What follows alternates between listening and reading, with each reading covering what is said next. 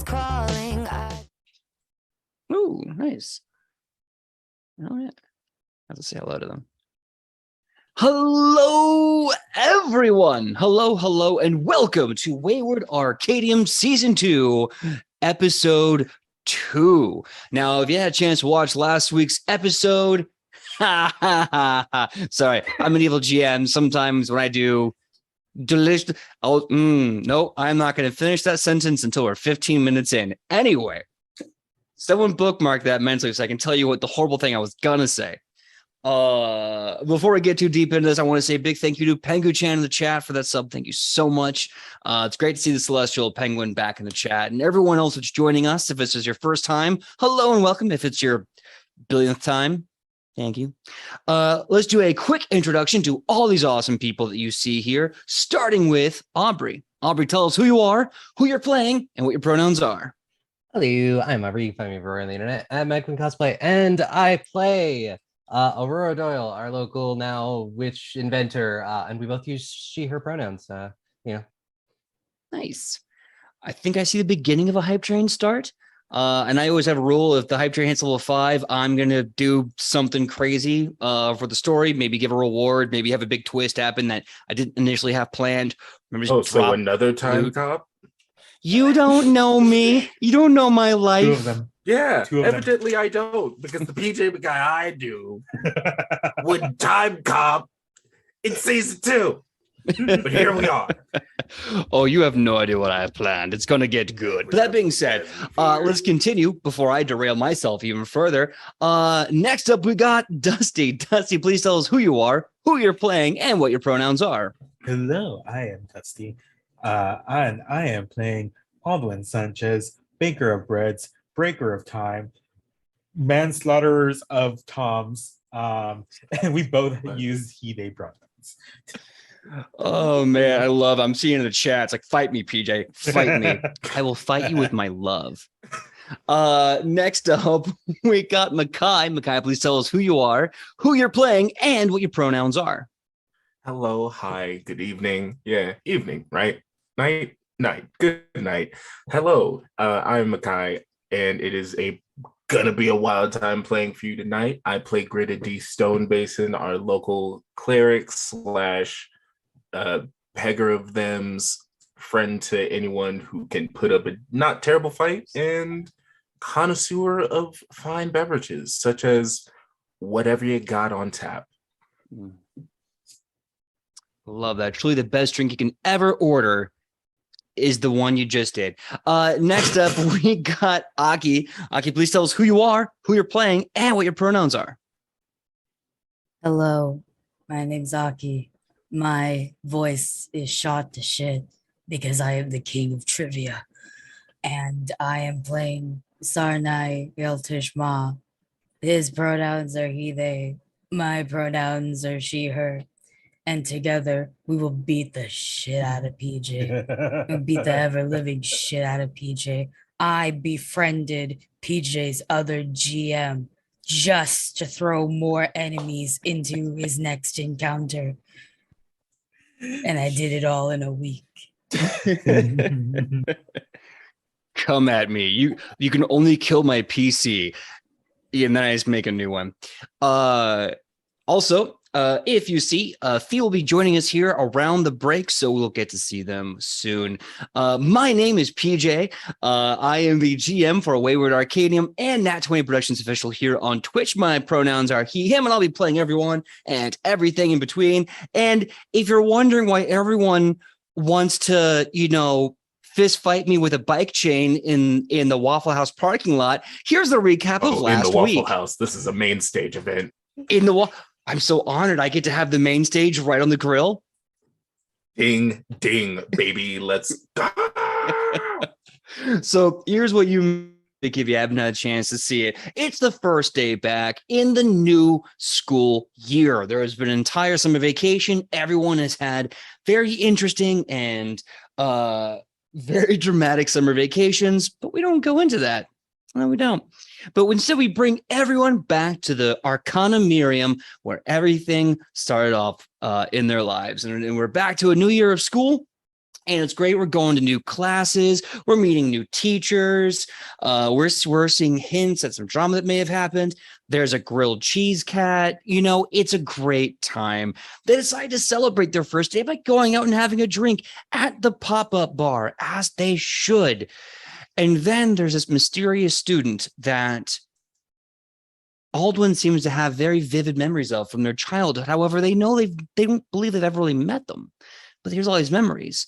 And never really getting the full name of this person, they decide to track them down, going back all the way to the school. And there in the quad where everything happens, the moon begins to shift phases instantly, like a candle, melting backwards in time. At this point, an unusual man in a long coat, very unusual mask with tubes, pulls out a weapon and fires, hitting the young man in the chest. And then, as Aldwin lays on the ground, not shot, we end with this cliffhanger of now. This is where we're coming back. And my original plan got a little derailed, but no big deal. So I'm going to put it to you all, because right now Dusty is all alone. So we're going to open up with Aurora, Sarnai, and Gritta. Everyone give me a perception check. Those three people I named, give me a perception check. And You know, that one is of these days I'm gonna have my character sheet pulled up at the start of game. I was like, I feel like I don't ever roll good on perception checks until now. Now is the first time it was like, but I was like, you could roll nice. And that is a 25. 25. All right. What you got from Miyaki? 15. 15. What you got from get a Miyaki? No, sorry, 16. 16. I'm sorry, I have an 11, not a 10. 23. 23. So as you're going about your different individual missions, I believe Aurora is working their way back to class from Eden Einar's workshop. You're kind of figuring it out from there. The other two, you're looking for Hiro. You don't find Hiro.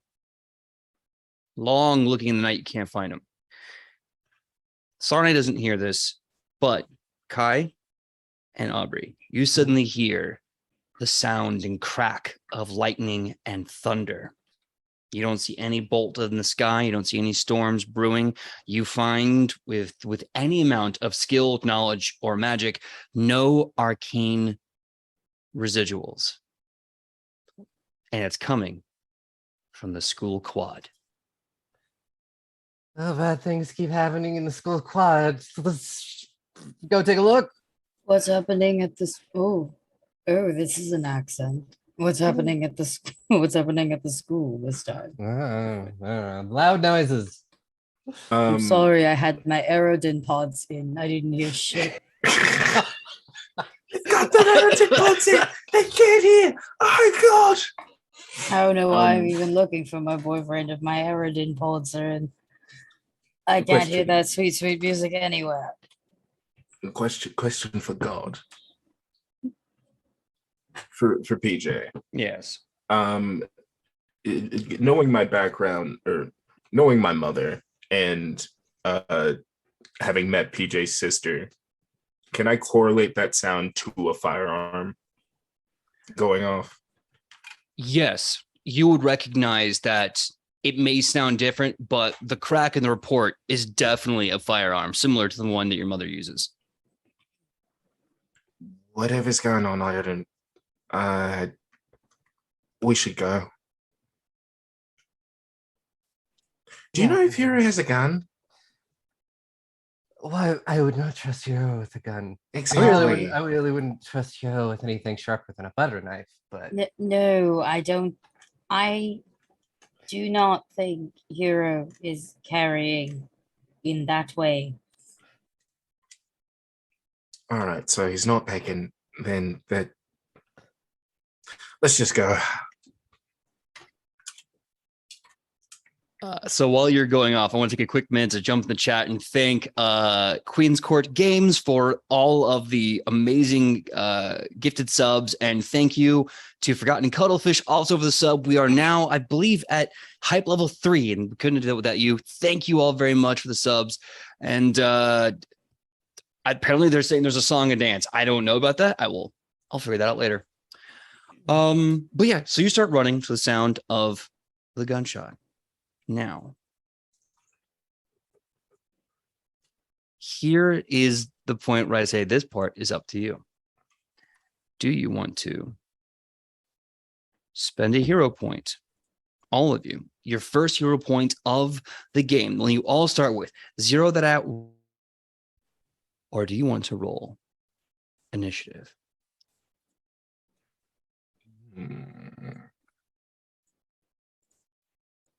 Tempting.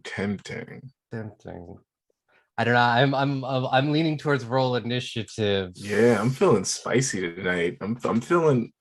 Look, it's Denny's time. It's Denny's time, baby.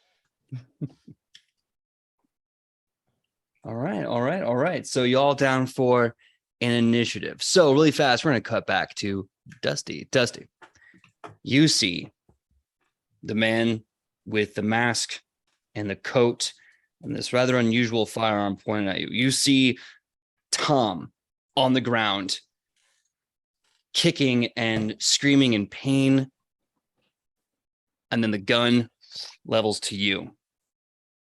About this time, you hear the and you see the man lurch as the young student on the ground has been squirming his way to the dropped weapon. Now, you are given one quick opportunity. You can either A, like one action, or B, roll initiative with basically advantage.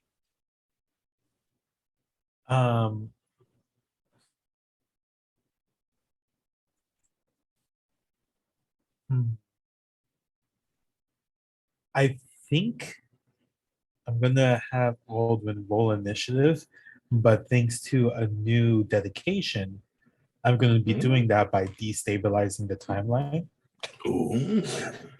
which means I have to roll a flat check of 11. And if I do, my initiative is 19 plus my initiative modifier. Damn, If I okay. fail, Ooh. it's 1 plus my initiative modifier. That's So, right. All right, then I'm gonna let you roll first, and then we'll get everyone else's roll in after that. roll my new Aldwin dice.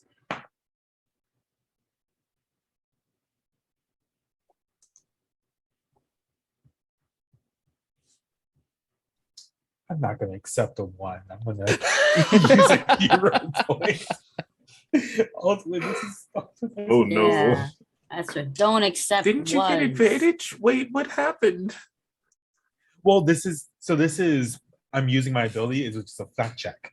Oh. So this is even no. initiative. Okay, that's fair. Thankfully, the second one was 15, Okay, which 15. means I passed that flat check. So now my initiative is 30. 30. All right. All right, everyone else, please roll initiative. It sounds good, boss. Let's get rid of that. But what if I don't? What if I don't? What if? Okay. It's What if I definitely- don't roll? Yes, what if they don't? Yeah. What happens if I don't? I mean, I know what happens if I don't. I don't do anything. Yeah, But what really Here's my happens? question. How did I my dice. They give and then they take. That was not one for an 11. Oh, Ooh, I mean, okay. at least it's just initiative. You Yeah. know? Just perception for initiative? Yeah, Yes. this would be perception for initiative. Yeah. Unless you have something that increases your initiative by anything, like special feats and stuff. Nope. Yeah, Got nothing like that. then just a perception, babe. Just a perception, babe. It's just a little perception for All you. right, just a little perception. We just gotta perceive you. I'll perceive. I am not perceiving much. No, No. unfortunately, no. So Aki, give me that initiative. That's a 19. 19. Yeah. All right, Makai, what's yours? 25. 25. Excellent. So let's get that sweet fight music as the first day of school is going to end with this fighting of a mysterious stranger.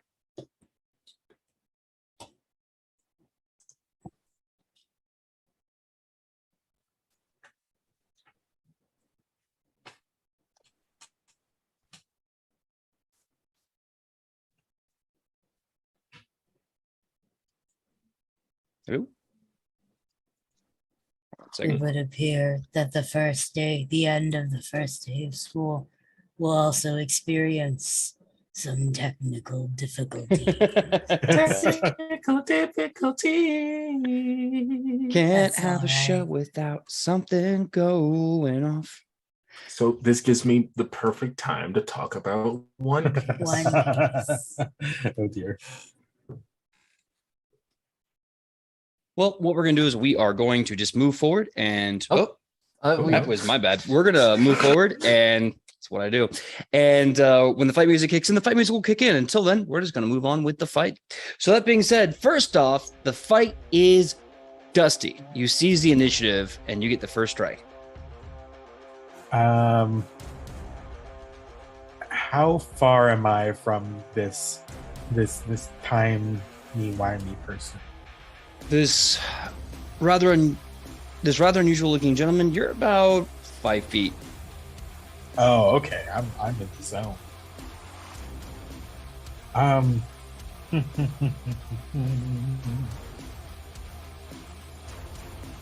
Alwyn just saw this dude just shoot a motherfucker. So Alwyn's just gonna start off strong with this spell strike. Okay, roll to hit. Yeah, it's gonna be. This is just now kind of instinct. It's gonna be a hydraulic push spell strike. Nice. As they kind of like first action to jump up, and then they're going to go ahead and just like smack them. So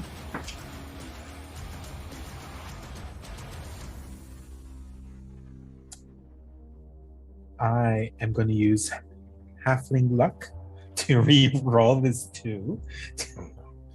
Yikes! They really want you to lose to the time cops. I'm using all my time Not things the for time this, so you know. Oh, that's why it's not working, because there's the time cops. Yeah, you just gotta to defeat time cops, you need to get regular cops. And together they can both beat the shit out of each other. And we can like steal something and leave. So with that re-roll, thankfully, that's not going to be a 24. 24. Okay. As you leap into action with your hydraulic push spell strike, 24 will miss. Oh, Huh? oh. The That's fuck not you great. mean 24 is Sorry, gonna what the miss? fuck did you just say to me right now? That The 24 miss? 24. What are we fighting the Terminator? Oh no! Wait, don't say that. Are we Don't fighting say the that, Aki. Terminator? Well, and you all the are Marty now. McFucking Fly. Yeah, Marty Martine Marty Fly. McFly's got low AC. I don't care what anyone says. But yeah, so anyway, that is going to miss, unfortunately. Oh, well, that's my turn then. All right. So next up, the assassin is gonna go. I would like to So- argue that Marty McFly is a slugger. Homeboy was ready to swing on everybody. Are you kidding me? Oh yeah, ready to swing. That doesn't mean he was well statted. But that being Fair said, enough. I need to know what your AC is, Dusty. 5 billion. 23. I need you to make a fort save. Oh, oh no, oh no. Why do you ask the AC and then tell him to make a fortitude save? What? The fuck did what? Just the punch hurt that bad? Does he That poop his is- pants? Time bullets. A dirty 20. A dirty 20. All right. the gentleman in the long cloak and mask, as he recoils from the shot, you see him shrug off the damage. You see almost the blood, the tearing in the coat, everything just reverse back to what it was before the damage ever happened. Raising his arm, leveling his weapon to Aldwin. Critical strike. The damage is going to be 51 piercing damage from this gun. Fucking Christ! What? And as the bullet hits, you see this unusual sparking of blue energy just fizzling. And as this blue spark goes flying out from you, you are stunned too. Are you even conscious? Does that mean I failed the check? Yes, you failed it. Okay. With a dirty 20. Passed. Okay. After getting hit, I think Alderman is gonna like as you see that person kind of move back from that hit. I want to do the same, except it's gonna be like right when they got hit, because I can't avoid that. But I did fail a save, so I get to use turn back the clock to roll that save again, and I get a +1. Okay, cool. Which is that's better. That is going to be a 23. 23. Missed the DC. You were Okay. so close. Okay. So it Alden tries and still happens. They're not down. They're not looking great. You said 51? 51 whole piercing. damage? Mhm. Can you It's the take second episode. Can you take 51 points? of I can. damage? Not Can't well. take it twice. Not twice. Not even one in like a third. I can't even take 51 twice. My God. I can't even take 51 once. Sarnai can almost take 51 twice. That's how close we are to a double, to 100 here. Now, But no. that was, I should say this, only one action. Oh, Jesus. Shut the fuck up! Right. Oh God. Oh no, what?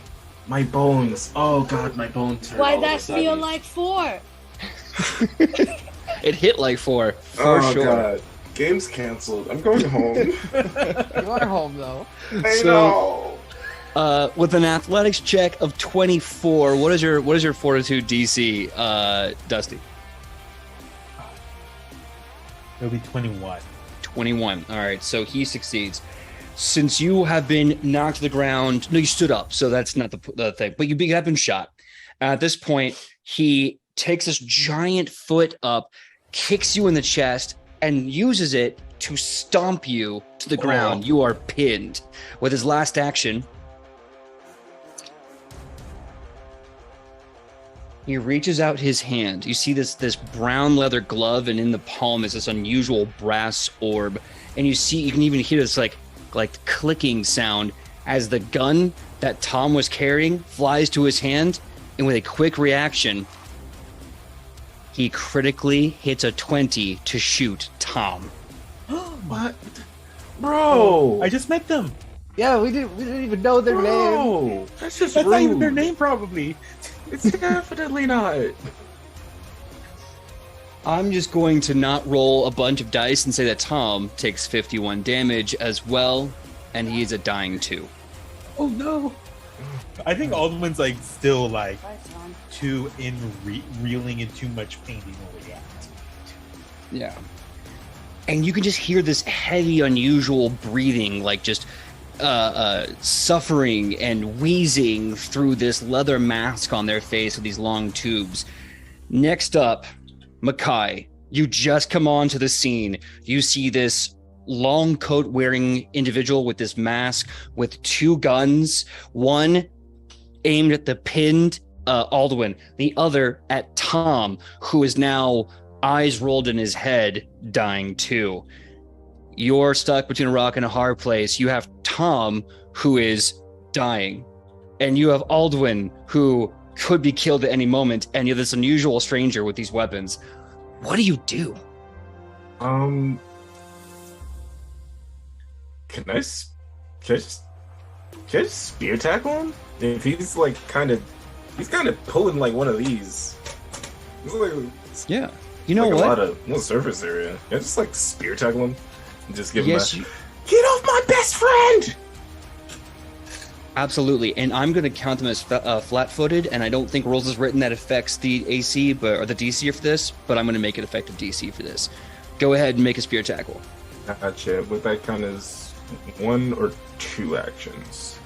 Moving would be 1 action. The grapple would be 1. Unless you have a special ability that lets you do this running tackle in 1 move, it'll be 2 actions. I do have an available feat I can take, but that'd be cheap to take something right now, so no. I'm going... with that last... No, I can't touch him. Then yeah, I'm just going to go for the spear tackle for now. Okay. Roll to hit with an athletics. I'm sorry, roll an athletics check. I'm brain so fuzzy today. I understand you.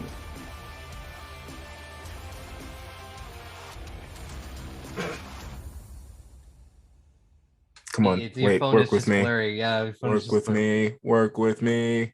30 for a nat 20. 30 Let's for a go. nat Help me, please. 20. Okay, so you did nat 20, 30 for a nat 20, correct? Yes. Nat 20 plus 10, 30. So, all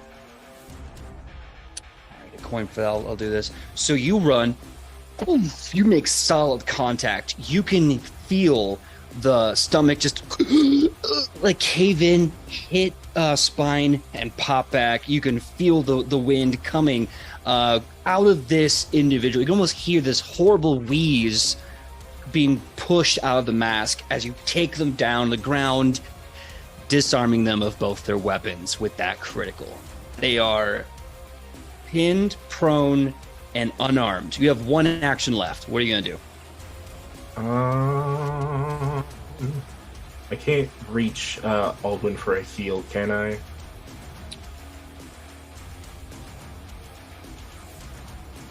That would be a bit of a stretch. I'll say this, if you want to do that, then you have to give me an acrobatics check to try and throw a part of your body enough to touch him. Don't make the 2 short kings have to like stretch. Yeah.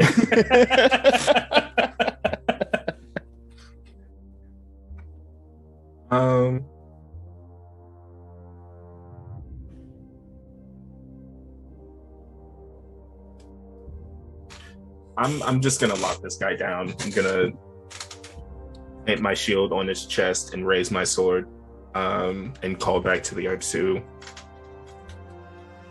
Call back to the other 2. Get them out of here. Okay.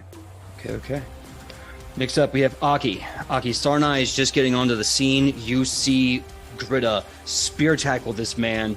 These weapons fly and the scene in front of you. What do you do? Respectfully, I say, shit.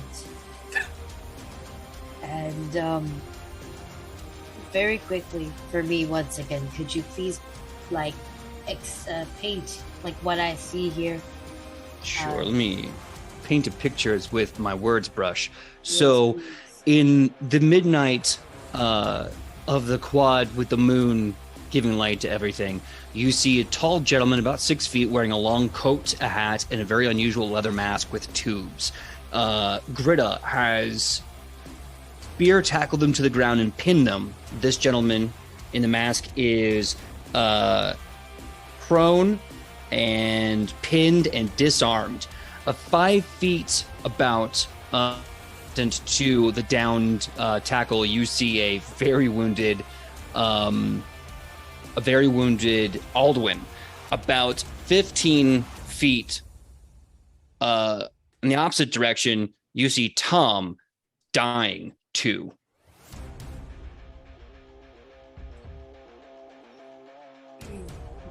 Well, I'm not a healer, but what I think Sarnai will do is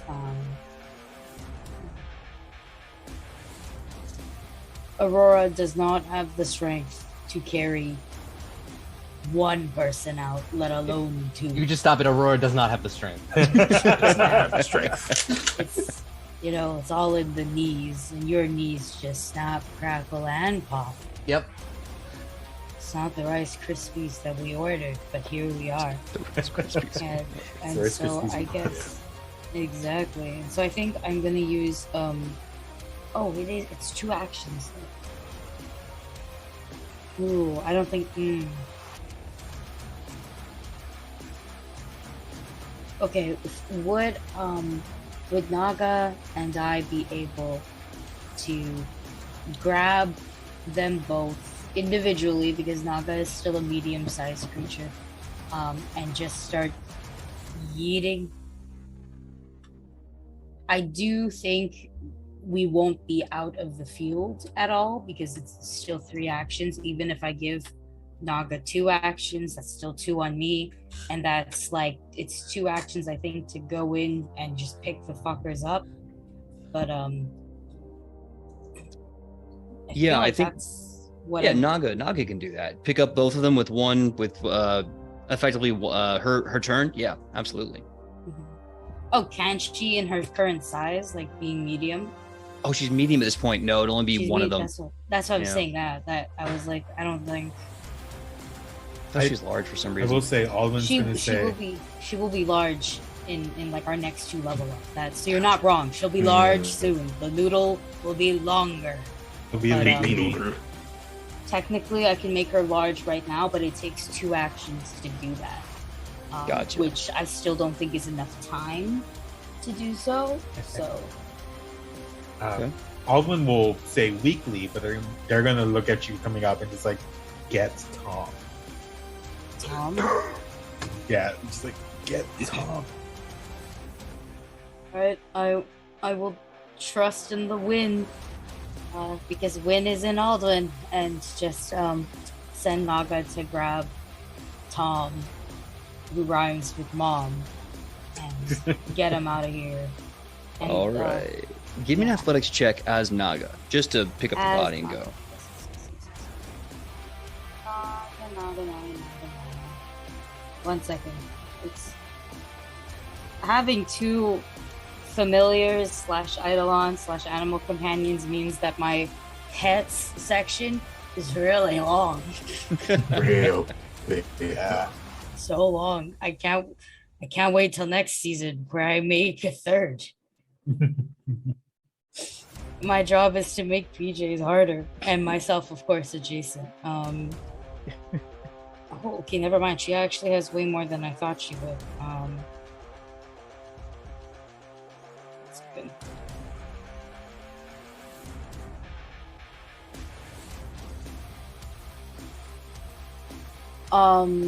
That's like. Actually, let me double check. I rolled very high. Yeah, 30. 30, yeah. Naga is able to noodle in, grab the dying Tom, and drag the body out of the combat zone easily. How many actions do you have left over?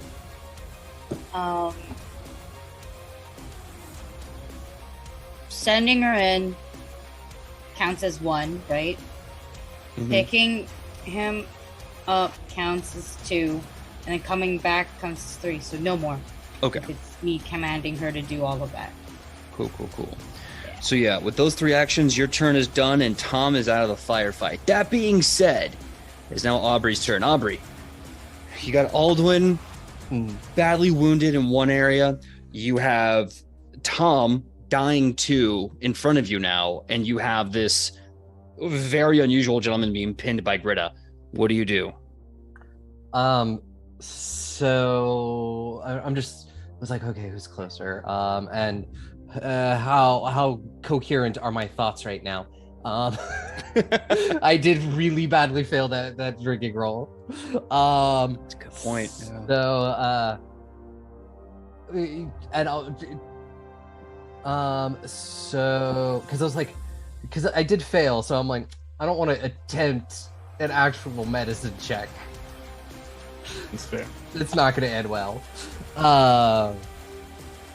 But you know, because like I don't know Tom. So Aurora is essentially drunk Aurora Brain goes to help Baldwin. And I am going to use my first action to cast Time Jump. They get 2 free movement actions, and sort of I am there near Tom, and then blink over, like right above Baldwin. See, This is been really- learning. It's like, oh my god, that's a lot of blood. And for my second action, I am going to pull out my staff and just being like, so I was working on something and I think this should help. And I am going to use an action to do Searing Restoration with my invention. Oh, this sounds great. How's it gonna help?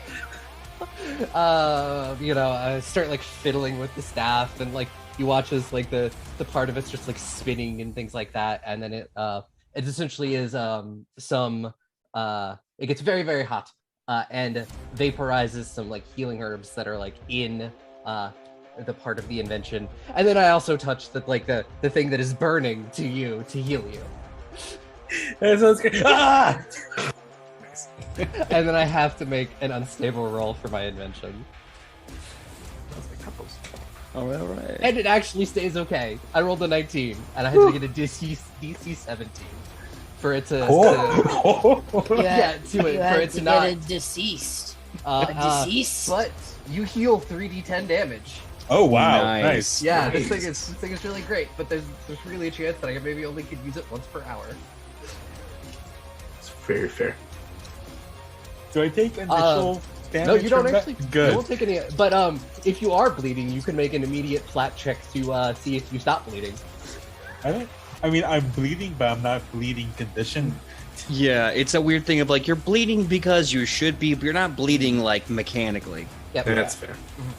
And so then you will heal 20. Nice. It's not bad. That's really good for one action. Wow. Yeah. All right. Good. So. 96. And then I have one last action. Oh, you do? Oh, snap. Okay, do it. Yeah. I am going to look at the Time Cop, and I will cast Veil of Dreams at them. And they need to make a will save. Okay. Look at their stats really fast. A will save, you said? Yep. Okay. DC 22. So they made a 32. Oh, jeez. And then nothing happens. Oh. Nothing happens. Thank God. And then I just like look at my hand, just being like, this usually works. Dear God. See, in my head, I was gonna say, and then my head, I was like, and that bitch got a 32, and then you said 32, and I'm, ooh, my bad. I'll take full responsibility. Keep saying 'Cause that, I'm the and that bitch trivia got king. 2. That's what we need to be lucky. So with that, the first round of combat is done. We're going to start off the second round. Dusty, Aldwin's feeling about 20 points better. Uh-huh. You see Greta has pinned this mysterious assailant to the ground, and Tom is out of the battle, dying too. At the end of this round, I'm sorry, at the end of your turn, he will be dying 3. What are you going to do?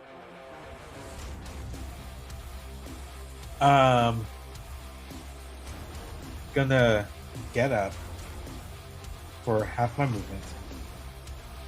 Reaction, look at Aurora. It's like, please go help Tom. And I want to, like, the time boy is less than 15 feet away, 13 feet away. Yes, he's 5 foot adjacent and pinned. Oh, cool.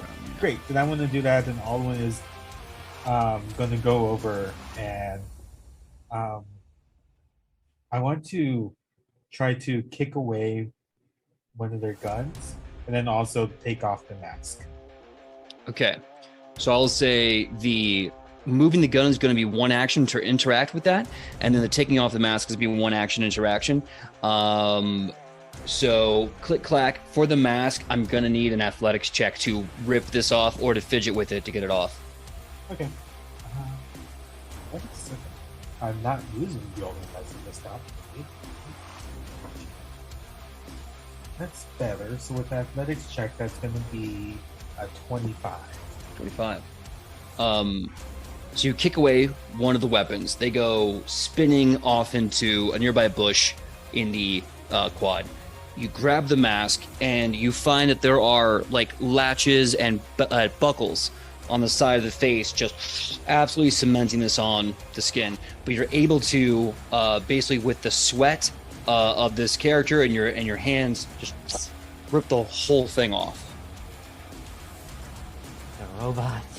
Now, give me a perception check. No. I don't like this. I don't like this. Not I this 21. I'm not gonna say it. What was the number? 21. 21.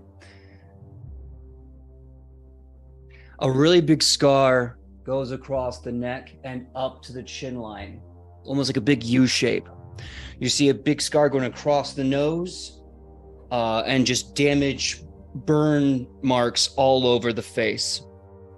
But in spite of this, you recognize the adult face and form of melee powers. Yo, stop it! Stop it! Stop it! Stop it! What? Stop it! I'm gonna DM James. What? I need to complain. Why? What? Hey, PJ. I'm gonna complain. Hey, PJ. There's a Denny's right up the street from your current location. Guess where I'm at? Guess where I'm at, my Oh, boy. do you want to get a grand slam and some coffee? I'd love Oh, to you catch go up. get this grand slam, baby. Let's. You better get 2 from me, okay? I think Now, that was 2 actions, and I gave Uh-huh. you the perception for free. You have 1 more action.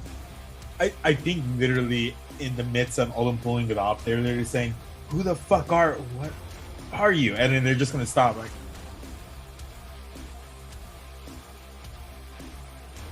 "Really?" With that is the assassin's turn.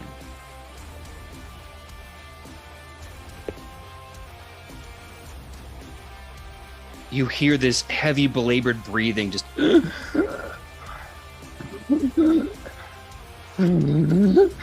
And you hear the clicking of his glove. A little bronze orb calls the weapon to him. He pulls and fires at you from the ground. The shot goes wide.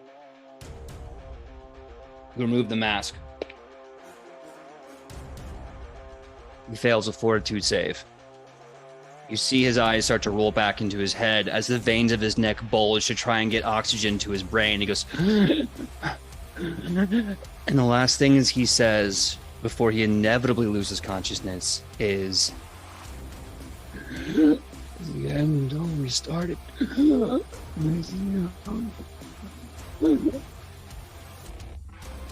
And he's out. My God, what did you say? You were too busy breathing that I couldn't hear it too well. I heard the end. And always that's it. started with you. Yeah, Whoa, that's some twee-wee shit. Mate, what? Mate, put the mask back on him. We'll figure this out. Alwyn's like as soon as you say something, they're just like, yeah, and they're gonna try to grab the mask and like try to fumble with all these random tubes, but they're gonna like get those things away from them. Yeah, give me a medicine check with a -4. Can I assist? Can I assist since I'm like right here? Yes, at this point he is also no longer Right. he's basically no longer an enemy. He's no longer a threat. So yeah, you can all do aid if you want to. Okay. Hey, did I take a shot? Not me though. I'm not trained in medicine. Neither am I. If you got him, then I'm gonna go ahead and give aid to Tom so he doesn't fucking die. I'm gonna hit him with a young stabilize. Let me tell you, I have him with a -4. My medicine is a -1 right now. I mean, I rolled single digits. I rolled a 25 for my medicine. 25 I'm to aid. still in single digits. Okay. With Yeah. that aid, that's a total of 7. Okay. Could I make a crafting check to see what the tubes do? You can try to use that to make. Would you like to? Are you trying to provide aid with that crafting check? Yes, because sometimes people need tubes to breathe. Go ahead, make a crafting check. The number will be an aid to the 7 that Dusty rolled. While that's happening, I would like to say that Tom is now officially at dying 3, and Grita is running to stabilize them. It has a range of 30 feet. Yeah, you can do it from where you're at. You're gonna have to roll a bit because they were pulled out of the quad main area. So you spend one action, you're fine. I'll give it this. The verbal component is Rita running over. Tom, don't you fucking die on me, man! Lanny has lost. Still don't even know your name. No, we just push Lannis closer to becoming a Hell Knight. So Aki, what was your crafting check out of curiosity? I got a bitchin' 29. Okay. Now, unfortunately, even then is to do aid. The bonus, even though it's a full +4, it's only going to max out at 11 total. So let's just call that at 11. And we're going to put a quick bookmark here to confirm you're casting this spell, right, Makai? The spell stabilized, the cantrip? See. Okay. So, thankfully, they are stabilized. Tom is no longer at dying 3. They're now at, well, I guess wounded 1 and unconscious. Now, with a total of 11, you cannot get the mask back on this melee. And as you fumble with it, trying to get back on the head, just as like maybe the 2 straps hit the back behind the ears, you hear the raspy, heavy, belabored death rattle of this melee. And as it does, his skin turns to sand and starts to slough off in this beach sand, hourglass sand that just fills the entire quad. And then you just hear a voice in your collective consciousness. A screaming, a laughter, someone swearing in rage, and then heavy TV static. It blinks twice. And for a second, you see a boat on the sea going towards a massive portal of purple energy. And then the TV static again. Cut back. You're in the quad. Tom, standing up, fine, uninjured, staring at the waning moon, just... I do love the night sometimes. And the body, the sand, the assailant, gone.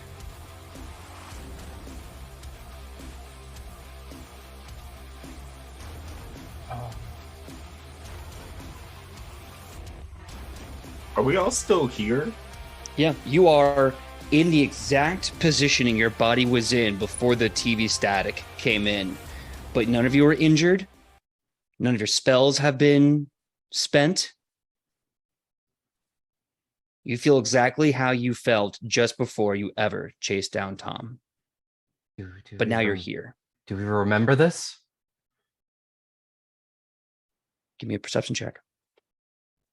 Everyone give me a perception check. No hero points on this. This will probably be I'm going to say the second most important role of the season.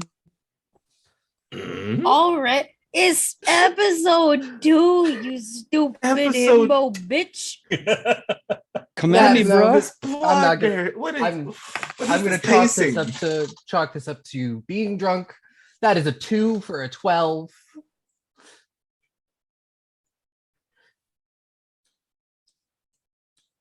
I got a 27. But given the DCs this episode, I don't know if that's even gonna cut it. I'm pretty sure 12 is not going to cut it. For perception, that's a 24. 1 second. So Alduin, what was your number again? 24. Okay. And Sarnai, what was yours?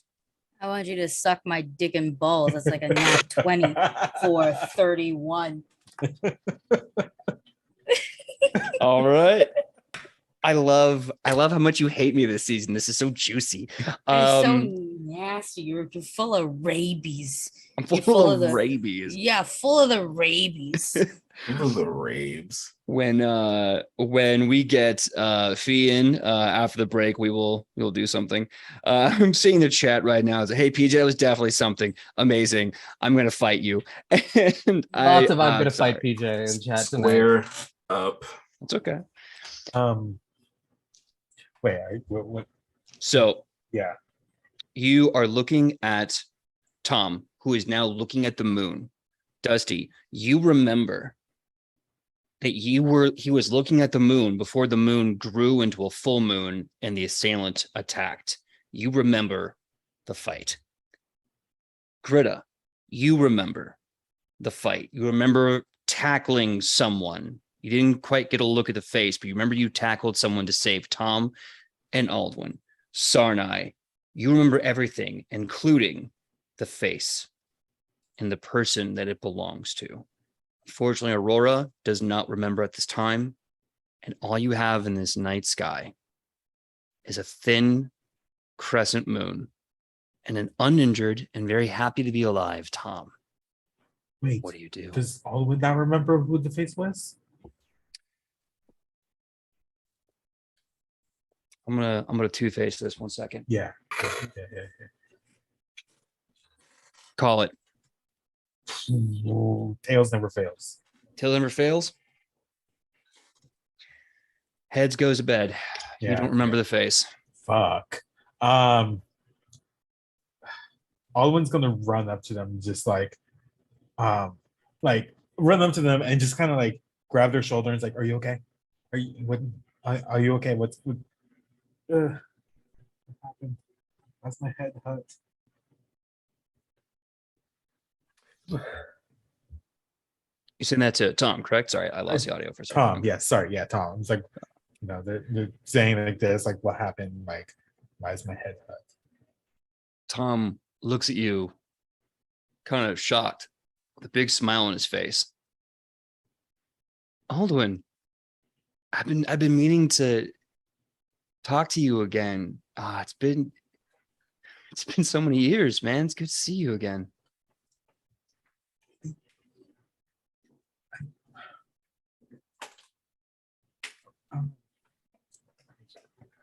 I'm sorry, you'll have to forgive me.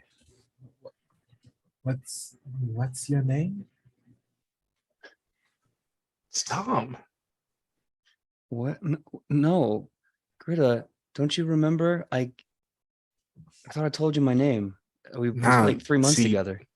Yeah, and then remember the first time I asked, the dragon attacked, and then the second time I asked, the horde attacked, and the third time. Like, sincerely, I tried so many times, and I felt like I was just cursed after a certain point. Yeah, no, I get it. But Aldwin, it's good to meet you again. My name is Mateo. I don't know if you remember when we as kids, but yeah, it's good to see you again.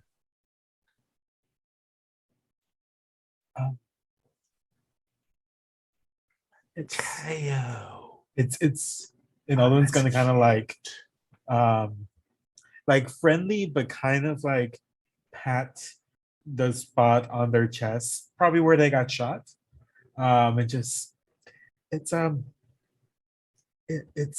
nice to meet you again.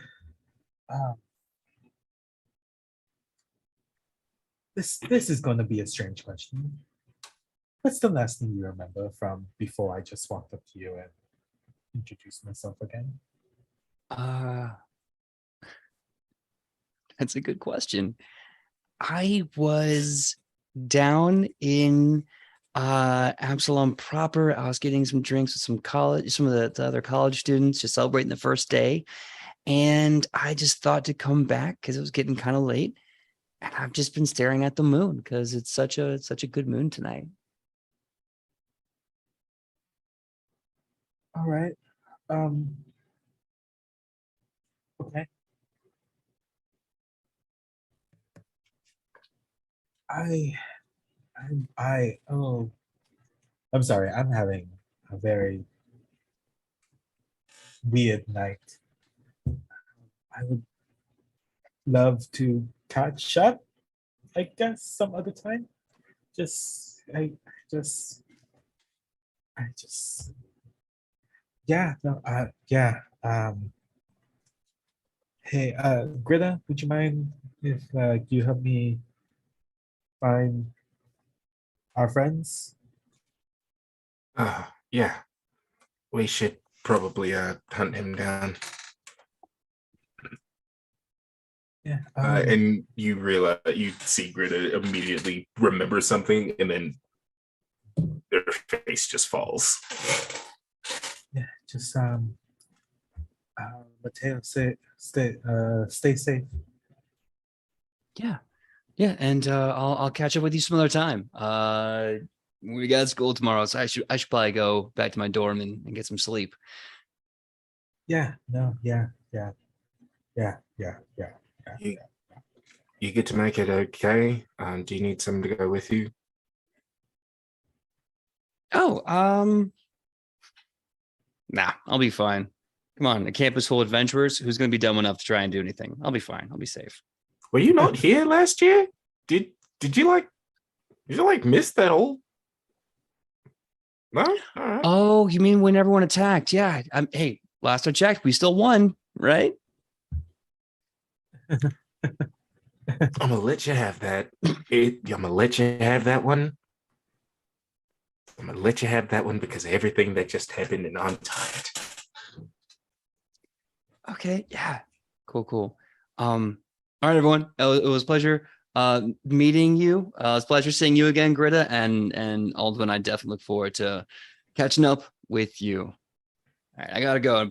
And he just starts to run off into the night, and eventually takes a left turn, disappears into a dormitory.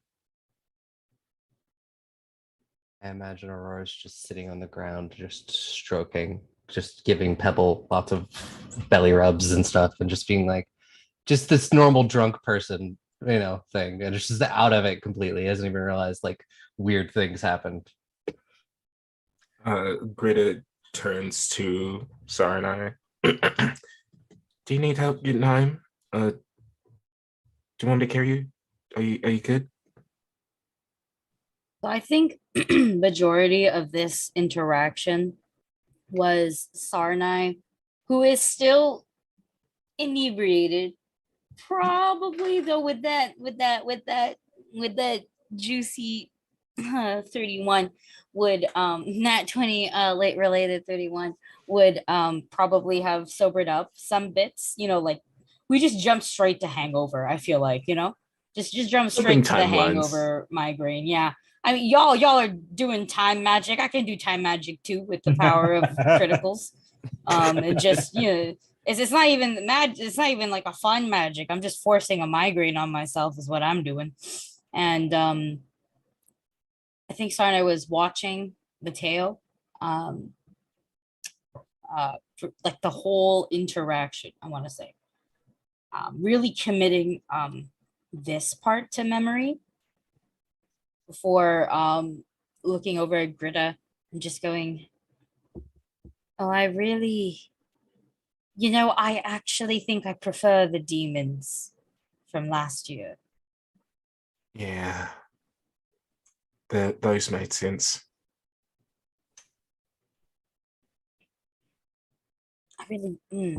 I don't like the implications of this. Of these sandy boys. What are we talking about? The people one person we just fought. The battle. We fought? Yes, we literally just fought, specifically you lot, Yeah.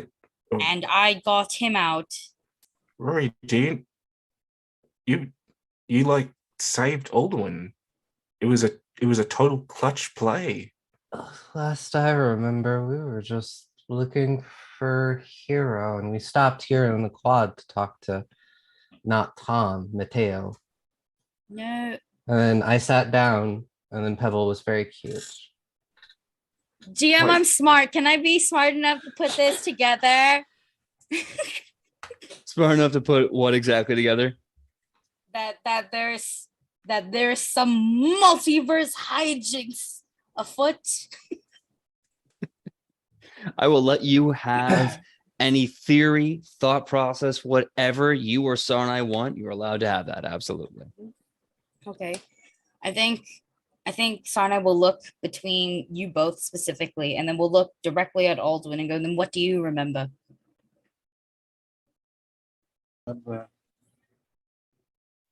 Getting shot after Yes. seeing Mateo get shot Yes, that Y'all did hearing? happen. and ripping off the mask, but that's where things get fuzzy. Do you see the face? Did you see the face? Literally, last thing I remember is that mask coming off and just sand and appearing here. I mean, I'm not shot, which that's good, I guess. I think. I don't know. Do you were here before we were. Do you remember where this trench coat fellow came from? No, he just appeared. I think I came up. Um. Not Tom, but Mateo was staring at the moon. The moon was moving, not like it normally moves. It was going through phases. They ran and then they got shot. And then that's when that thing appeared. And do I remember what it said before that? What that assassin said? Sarnai does with the critical. Well, Call it. what they said before the fight. Yeah, because we came in after Only the Aldwin fight was started. Yeah. Oh, so you mean, just to clarify so I can answer the question, Your cliffhanger. say it again? Your cliffhanger from last episode. Thank you. Yes. Hmm. Yeah, you know what? I'm not gonna flip for that. You remember that. Yeah. Yeah, and just to confirm, it was we're here to fix what you disrupted. We're going to fix what you broke. Okay. And yeah, I was going to like, and then they appear with that gun in the hand and said, "We're going to fix what you broke."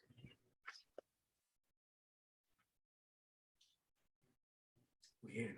So you don't remember the face, and you don't remember what he said. Dying. No, I don't. And Aurora just looks confused, just so incredibly confused. Okay, well, I think they did a lot more than just shoot you, dear. I'm not sure what it is, but all your memories have definitely been altered in some way.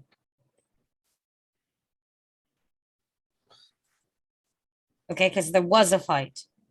Oh yeah. There was There a fight. was. I fucking rocked his shit, got him down, and He knocked the mask off. We saw the face, yeah, we and did. none of you remember the face. I do. Was it? I even remember the fight. But also, I have possibly read a lot of books about weird things, especially in my father's library. Can I roll any kind of recall knowledge to see if I have maybe read something about like memory magic and things like that? Yeah, easily. Give me an Arcana or an Occult check. Yeah, I was gonna do occultism, and I have because I keep thinking about it, but I have oddity identification as a feat. So it means I get like +1 if it's like involving things that involve like the mental trait Yeah, you know what? I'll especially or because scrying. yeah, because you're looking into that kind of information. I'll give the +1, sure. Little screen. We still have a hero point, right? Did you use yours in the fight? No, I did not. Yeah, then you should There you go. you should still have it. Cool. Because I'm going to use that because I don't want to live with a 3. No. Very fair. Very fair. That is much better for a 25. Or 25. Checking my cheat sheet here. Okay. Ow. So for a 25, you realize there's a lot of spells that can be used to affect memory. Not only affect memory, but plant new ones as well. Some of these can affect one person up to multiple people. Usually when this happens, there is some lower levels of these spells. You are aware of the magic after it leaves you. Some you are not. As far as that is concerned, if it is a spell, you know that in the time that you've been here, you could probably still start doing an investigation to see if that spell was used, the usual stuffs. Yeah. And I do have detect magic prepared through Pebble as part of my cantrip connection. So, just kind of like fire it off to see if there's any like if I can get a feel for any magic that might have been around us. Okay. So you open up the detect magic cantrip. It starts to scan the area in question. And it's this point that you realize that you are at a magical school in Absalom. Yeah. And you getting pings like crazy. You're like, well, the diviner teacher is still on campus. He's pretty much a walking divination spell. You're just getting all kinds of stuff. Give me an Arcana check. Teacher is currently having a stroke due to all the temporal magic being cast. Oh Lord. That'll be a 24. 24. You do pick up a very unusual, I hate to compare magic to energy, but wavelength of magic. It does not feel normal. Make a note of this, because I will not tell you what it is right now, but there is a very sus wave of magic around this quad right now.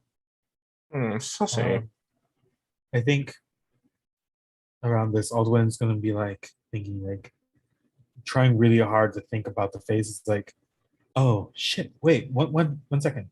Aldwin wants to go to the bush where they remember kicking that gun away. They want to see if that's still there. Okay. Give me a perception check. I'll just be sitting on the ground, holding Pebble, rattling off everything I can remember about memory magic. That's 29. 29. As you look around the bush, you swear you got the exact location right, searching, but unfortunately, you can't find it. Yeah, I think.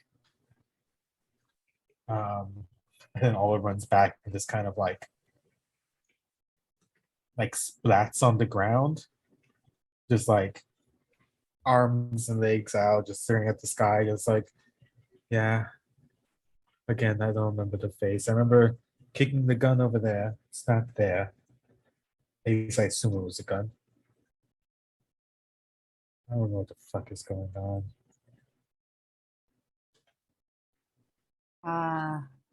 Well, besides clearly some form of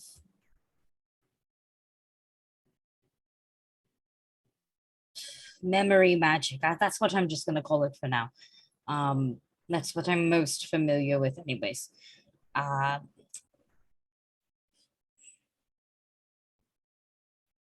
The face was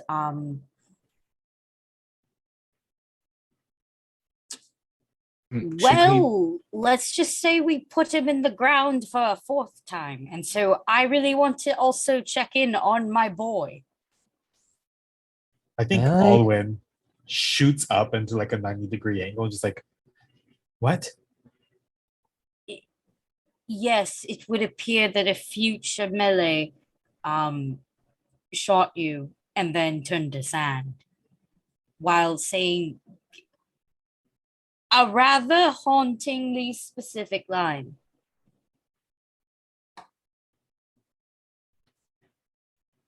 Melee? What did they say?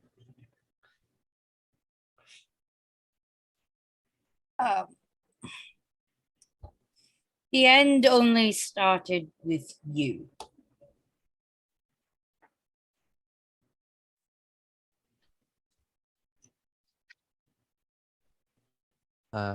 Because I have message prepared, and I think hearing all this stuff about Melee Aurora is just gonna be like, Melee, are you all right? And just sort of start sending out the message until I find Melee. Should have an increased distance at this point, yeah? Yeah. Oh yeah. I think it's up to like 500 feet at this point. Yeah. And you get a response back mentally, right? Yeah. You finally get a response back. Yeah, I'm sleeping. I gotta wake up early. We're prepped for dance class. What's up? I like Sandemire or something. It's weird. Well, Melee is fine. He's asleep.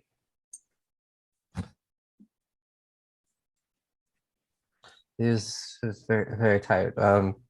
Do we want to let him know about weird things, or should we? Let's maybe in the morning. Yeah. Because for breakfast. No, not for breakfast. Why would you start your day with the most important meal and knowing that you died a fourth time? That would be like starting the day and Aldwin revealed the weird blood shit in you. Would you like blood work in the morning? Actually, blood work in the morning is the most important thing. As someone who has done a lot of blood work, you just can't eat the night before too much. You need like 3 ounces of water in you. I may be thinking about food right now, but I mean, it'd be good to maybe just be like, hey, meet us for breakfast. And we have this conversation. But he has a class to teach tomorrow. Why the fuck are you like this? I haven't said anything yet. I was asking you all what I should say. We should maybe after school tomorrow at a reasonable hour. So grab dinner. Yes, let's grab dinner. That's better. Yeah. Yes. We'll grab dinner. We still need to grab the other boy. Yeah, don't worry. We completely fucking forgot about the other. Shit. Don't worry. I didn't forget about him. I'll look for him before I go to bed. I fucking did because the other one showed up and I can't handle 2 boys at once. And like as this is going on, Aurora will just be like, oh, just meet us for dinner after classes. We talk about how things have gone. Have a good class. Okay, I'll see you if I see you. And he goes back to sleep. Sleepy. Are we sure there isn't any connection between Hero vanishing and this weird thing? Because they happened at the same time. Okay, look, please. Oh my god, you're probably right, but you're also very drunk, so stop having these ideas. I'm coming down off of something and coming up on something, and so there is little to no room for me to bottle down all my anxiety. It's all coming up now. No, I cooked them something right before we left, and then they disappeared. Another fucking grilled cheese. It was a quesadilla. Oh, I could use a fucking grilled cheese. Your cheeses here are different than the ones in Cheliax. I wonder if there's like a food cart out there that just serves greasy food incredibly late in the night. We should go find it. There is. Come on, follow me. Yes. Weekly The Bender Patty Gritta, Duke. of course, knows where the greasy fucking spoon spot is. The Patty Duke. The Patty Duke. The Love Patty Duke. So On Wednesdays, they sell their signature sandwiches. The Duke of Pattington. Yeah. love it. So you all go back into town to get some of the delicious late night greasy food. Yeah. You find one, much like a Patty Duke, whatever you want to call it. These amazing sandwiches that are just shoved with like eggs and chorizo and ketchup and French fries and bacon and hash browns. You get these incredible sundaes made of like 4 kinds of ice cream and 3 types of candy. Even the salads look like they are still going to kill you young. It's delicious. It's amazing. Nice. Bro, I was just like eating something and just being like, yeah, I think Eden brought me food from here one time when we were working late. He didn't Who's say where it was. Eden? Oh, yeah, it's just the person I spent summer with. They're just really, really awesome crafter that, she did my tattoo back at the, and I point to my stars, back at the dance. And then we ran into each other, and then she offered me a place to stay over the summer. Oh, you ran. I see. And then, I helped her with things. Things. And I learned how to hold up the staff. I learned how to make this. Yes. Bitchin'. You can heal out of that thing, huh? Yeah. Oh yeah. I haven't tried it yet. Oh, shit, you don't remember, huh? Oh, did it work? It worked. It was fucking Very cool. well. Oh, I told you it would It was work. quite shocking. Yes. And Ripper. I wasn't sure how you were going to heal with that. No offense. It doesn't look like it's meant to heal. It kind of looks like it's I don't know. I actually don't know what it looks like it can do. It's like a large clock on a smaller stick. Yes. I mean, it's for measuring the altitude of stars, technically. That's fucking dope. Yeah. Well, it worked. It was pretty cool. I had to. Agitated. What? Aldwin, who hasn't eaten anything, is kind of just staring at the plate. He's just gonna say, kind of monotone, Aurora, you have changing blood. Do I Toss that. I have changing blood? Am I gone from O negative to AB? You're either Fae, pot Fae, or pot changeling. I don't know. There's papers in my dorm. I will probably need to read those when my brain works. Yeah. So, I'm sorry. Was there more? I didn't want to. Yeah, no, I was gonna. I was debating saying something, but I chose to keep my mouth closed. I've always felt that to be the best policy, but as a GM, I kind of have to not have my mouth closed all the time, or else. But that being said, the food is done. You feel sobriety slowly come to you, from the back of the head through the eyeballs as you just sharpen up with this delightfully greasy food. So what is everyone going to do before they go to bed? I'm gonna give Looking for Hero one last college try. Same. Okay. That's our boy. I will assist. All right. If you are looking for hero, give me a perception check. And what I will do is I will say that you can, I'll count for aiding whoever rolls the highest number. The perception. That'll be a 16. 16? Okay. 16. 28. 28. Oh, I don't know about you. We're feeling 22. And that's what I rolled. I rolled a 22. Okay. Nice. So, a second while I consult my notes. So, as you are looking around for Hiro, you look in the city, you look all over, you cannot find him. Giving up after probably about an hour of searching, you get back to the quad and you see a little silhouette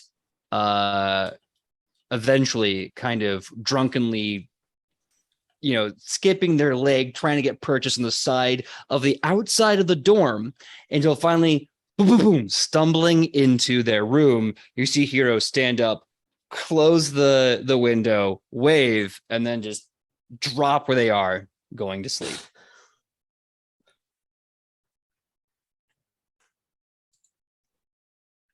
Anything else before we call it here for the break? Anything else before you go to bed? I do think Aldwin did not. They were not in any shape to help them look. So they went to their dorm and they kind of just like collapsed onto their bed, just like mentally and physically exhausted, but they do not sleep. Okay. They just like are kind of staring at the ceiling. And as the night fades awkwardly with a heavy confusion and adrenaline still pumping, we're going to go on our 5-minute break. We're going to be going for a little bit. And when they wake up, they'll be going back to the second day of school. God. Jesus. Piece to be. Right. Yes. Yeah. The bubble gum. Mm-hmm. Yeah. Sorry. You all missed a really touching, fully in-depth TED Talk about One Piece. So sorry. There was references and citations, all MLA I had an format. entire dissertation. It rivaled O'Hara. Like, it was a whole thing. I love Luffy the monkey. It was quite inspired. Well, that being said, we are back for the second half of season 2, episode 2. It already feels like we've had 10 episodes. Already feels like 50 years. Yeah. So we are going to start the new day with a morning announcement. Let's get that wonderful morning announcement music. Good morning, you freaking legends! Good morning and welcome back to another day of school at the Arcanum. And let me just say, I am super excited to see you walking around today. Oh, you're so full of promise and power and passion and presence. And I can't wait to see what you're gonna do with it. Well, have a very good second day of your school. No crazy announcements just yet, but do be prepared as around the corner we have field assignments. So get ready to get back out there and show them what heroes can do. That meaning you. All right, well, in the meantime, everyone, this is the voice of choice, Cooney Marmer, reminding that you all are all a community. And you can't have a community without you and I in it. Why? Because teamwork makes the dream work. All right, everyone. This is Cooney Marmer, OUT, out. And with that wonderful morning announcement, the energy seems to pick up. Everyone has a bit of a smile on their face, and we begin today's classes. So let's decide what class we're going to go to. Do you want to go to your shared class now or individual classes now? I think an individual class. I think an individual class would be pretty Yeah. good. Okay. Oh, good. Well, then let's just go around the table and see who wants to do what. Starting with Aki. Aki, your individual classes. You have summoning, dueling, and the Cheliax Club. Send me to summoning. I wish to be summoned. Okay. Summoning sounds like the least stressful class right now. All right. Aki is going to summoning. Next up, let's see what we got here. Aubrey, you have crafting class or shop class, really, astronomy/astrology, and the host club. Where would you like to go? I think I'm gonna go to astronomy astrology. Okay. All right. Next up, we have Dusty. You have alchemy, chronomancy, and occult mundane. I think one track mind is going to go to chronomancy right now. Chronomancy it is. Okay. And next up, we got Mikai. Hello. So, hello. You have Dueling Club, Jousting Club, and Champions class. Dueling Club, Jousting Club, or Champion class. I just went to Dueling Club, but it's giving me an itch that I must scratch. So round 2, duel it up. Let's go. All right. Dueling Club, Dueling Club. Nice. All right. So let's see here. Let's just do a quick initiative roll to see who goes to their class first, since everyone took something a little different.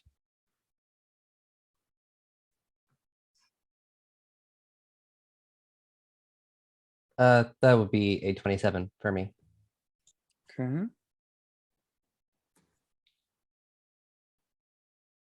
Aki, what was your initiative to see your order in the classes? I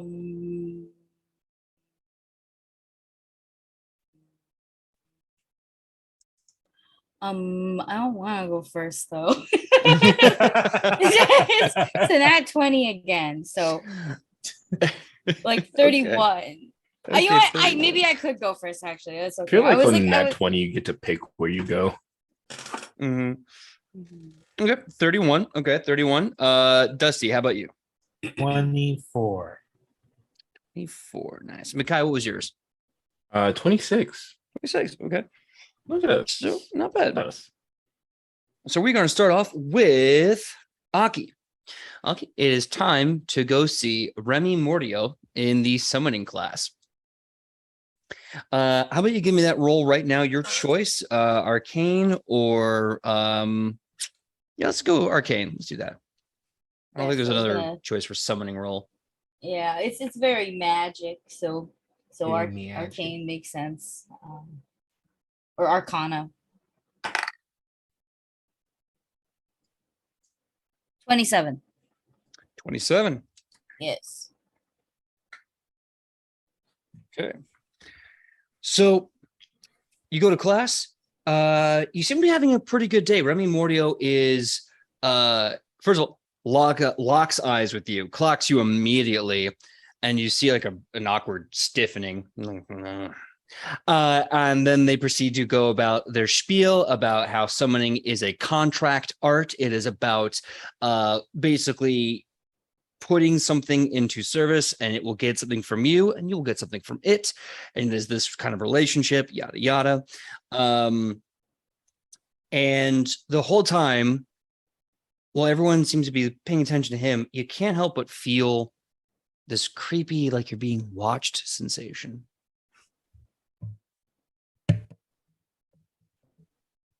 But aside from that, you kill it in class. What are you doing? Well, yes, I agree now. After a summer, I agree. Summoning is a contract. For example, I give Lala belly rubs and she becomes my pocket healer. But that hasn't happened yet. Again, look at her. It's like feasting on all of these belly rubs. That's all I've been doing in class, quite literally, which is probably quite distracting. She's just like on the desk. You're doing your lecture, and I'm like, yeah, that pretty much like that's how Sarnai's been kicking it. In terms of what to do in class, real quick, who else is with me? Did Melee take summoning again? Melee does not seem to be in summoning for this year. He's probably super busy with dance and probably a little distracted. That's valid. Don't die.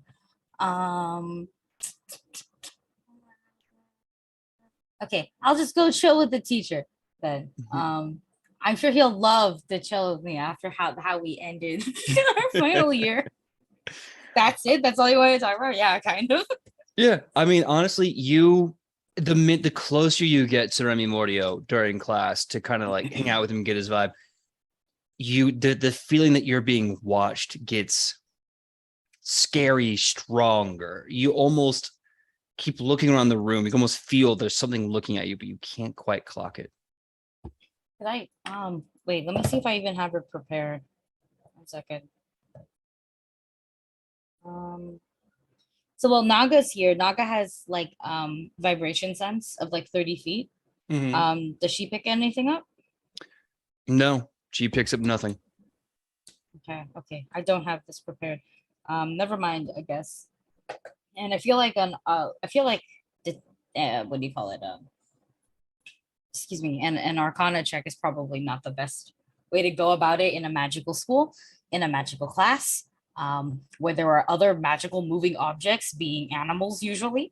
So I think I'm just gonna straight up go to Remy and just go, hello, Professor.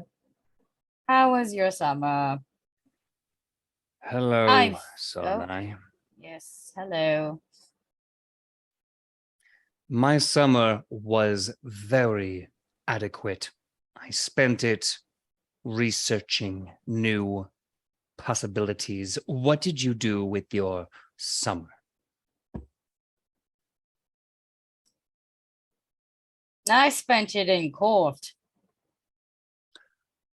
Yes, I have been made aware of your legal duties.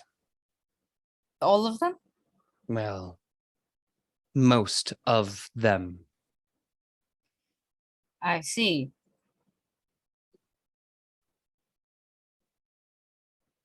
So,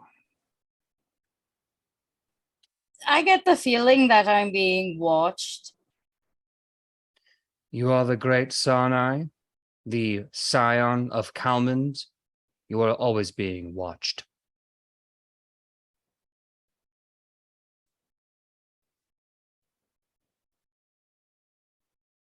I don't know how to answer that.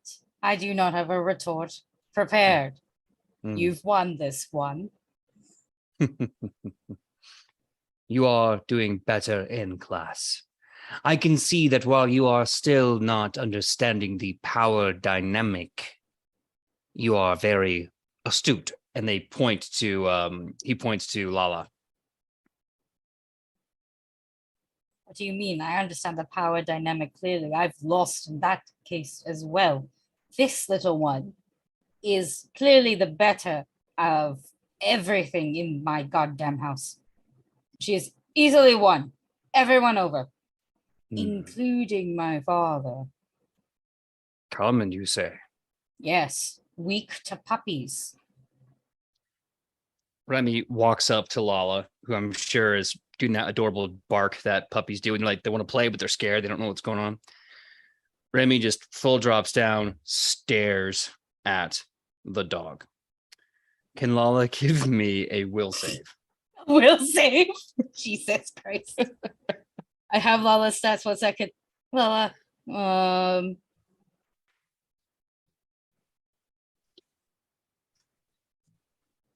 yeah. Oh shit! What? 30. I rolled a 19 on the die. Your dog, I love this. Your dog is so freaking stubborn. Okay, so Remy Mordio just kind of squats out, looks at the dog with the most terrifying expression. Eyes seem to go milky black, just deep into someplace. And he just says, kneel. And the dog just kind of licks him on the nose. Just Actually, Yeah. if Remy is covered in is like a shadow person, Lala can eat shadows. That is her special ability. Me being a shadow caster now, she heals by eating shadows. Hence why she's my pocket healer now. She heals me with her HP, and then I heal her by blasting all the light out of the room so she can eat. God damn, that has such a loud alarm. I have to figure out how to turn that down. Yeah, no, thankfully, it's not that What? so much. But he just 2 paws, licks his nose, and Remy just goes, I despise this creature, and then gets up and walks away. Absolutely fucking fearless. For real. It's a tough one. With that, Remy kind of gets the papers, starts grading them, and gives you the gesture to leave now. And he says, "Remember, Sarnai, when you are in my class, you are always being watched." Why? That is not relevant right now. Oh shit. Okay.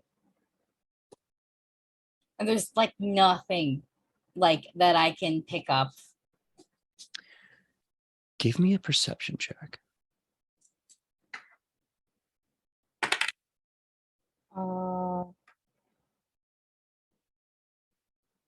Pretty sure that's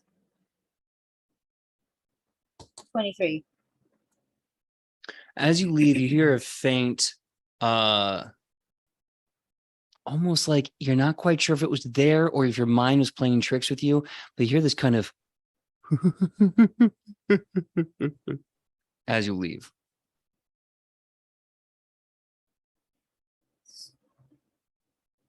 Don't like that. It's like walking into a fucking hot topic in here. Just gonna pick up my dog. And then I'll pick up my long cat. and I will leave. I'm just imagining Remy Mordio with like my Chilaxian romance on his shirt and just like looking so emo. I want every now and then I want to be like, so where are you from? But like that's such a rude. I get that a lot. Why would they ask? Oh, sorry, you can't just ask people where they're from. I need to know if he's a little mixy like me. Yeah, Cheliax, that bitch was like a Hell Knight, and then he's got all this shadow shit. Me too. Are we like homies like this? Are we the same? I mean, maybe you either gotta go to fanfic club and get the dirty scoop, or you gotta ask them. Yeah. Gotta go to fanfic club. I spent like 2 months. Yeah, I spent 2 months trying to figure out how to fucking ask him. I still not ask him. It is definitely difficult to get anything out of Remy. It's like looking into a stone that hates you. Aurora, Aubrey's Aurora's up next. Yep. You going to Astro class. Yes. So go ahead and give me whatever check you feel. Well, let's go with either survival or Arcana. Lucky. And that is going to be a 22. 22. Okay. So you go to class and you find that it is currently being taught by the divination instructor, the divination teacher. It's kind of like a laser rock auditorium kind of thing.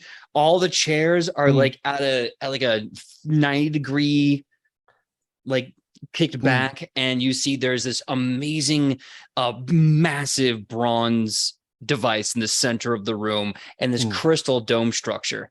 Everyone is looking directly north into the sky, and he flips a switch and you just hear this thing humming, and suddenly this laser beam fires into the glass crystal dome, and you see this infinite sky of stars and darkness.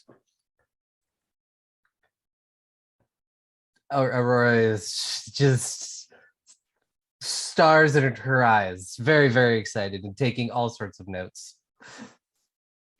Nice. Well, you kill it on the class. You have a really good class. What is she doing? Is she just taking notes? Is she trying to talk to the professor afterwards? What do you want to do? Yeah, I think I would because the professor's also like my weird academic advisor. And I should probably figure out what I need to be, if there anything I need to do to keep my academic standing. Like, what do they need from me? Absolutely. So yeah, once class kind of ends, you go over to Tirolel and you just talk to him, and he goes, you bring that up. He goes, hey, it's really quite simple, really. All you have to do is Well, you must take your independent topic and then begin research. Report back to me every month, or if we're being lazy, release semester. And we'll just go over your research. I'll report your findings to the Board of Education. And I have to start that this year? Yes. Okay. According to the curriculum, you have 2 years of general ed, and then the third year you have a working abroad sort of educational adventure, and then your fourth year you will become student teachers so that you can return the education back. Yes. Okay, yeah. Well, then I guess I'm gonna, because I've been thinking about like what my thing I'm going to study is. And I've been reading a lot about the Starstone. So I was going to see if I could, go and at least see where it is, and then start with that and read up on it. And I mean, ideally, it would. I mean, I don't think I'll actually get to interview anybody who's been turned into a god by the Starstone. That's probably like 2 years down the line at least. I should say so, yes. That would be very, very nice to give me an interview.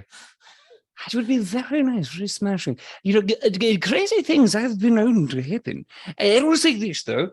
Let's do some preliminary research, and maybe if you come to my class enough, we can get a pass to go to the Starstone in Absalom and do more in-depth research at the site of the Starstone itself.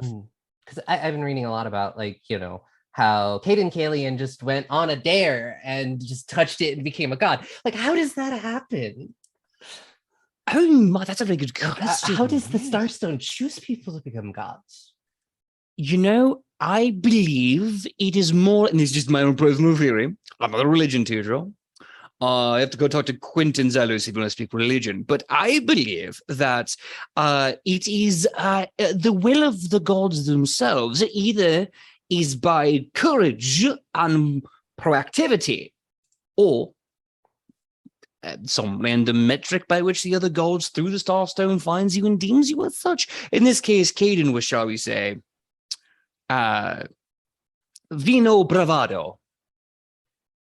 Yeah, I that's definitely in all the stories. He does not leave that out. Yes, he really is a fucking Aquarius, isn't he?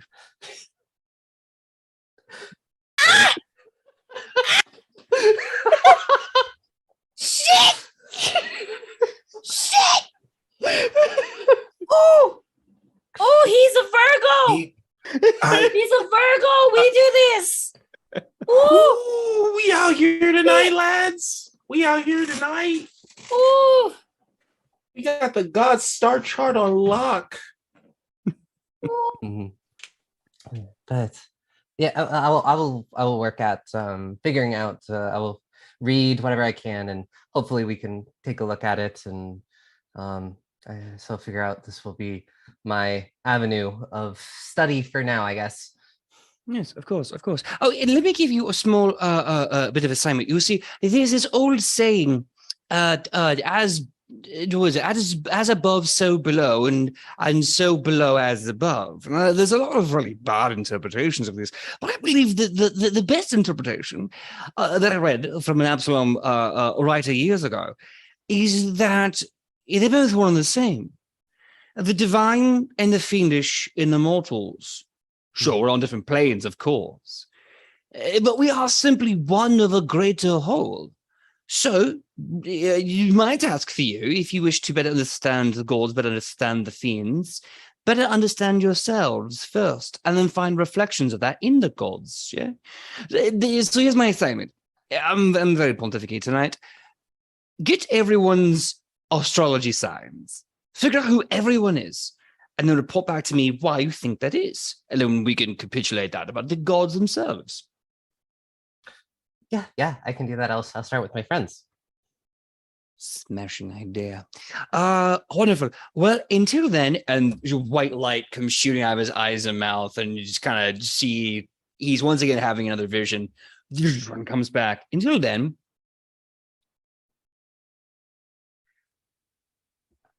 beware the talking cat. Oh, no.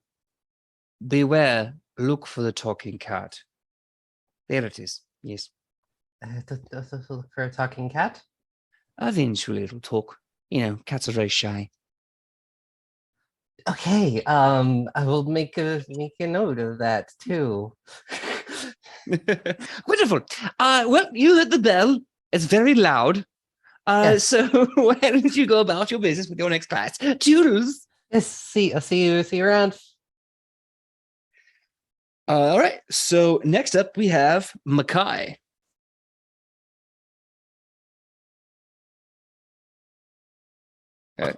Well, There I we go. didn't see it come in there. Well, hello there. Now, that being said, which is hello,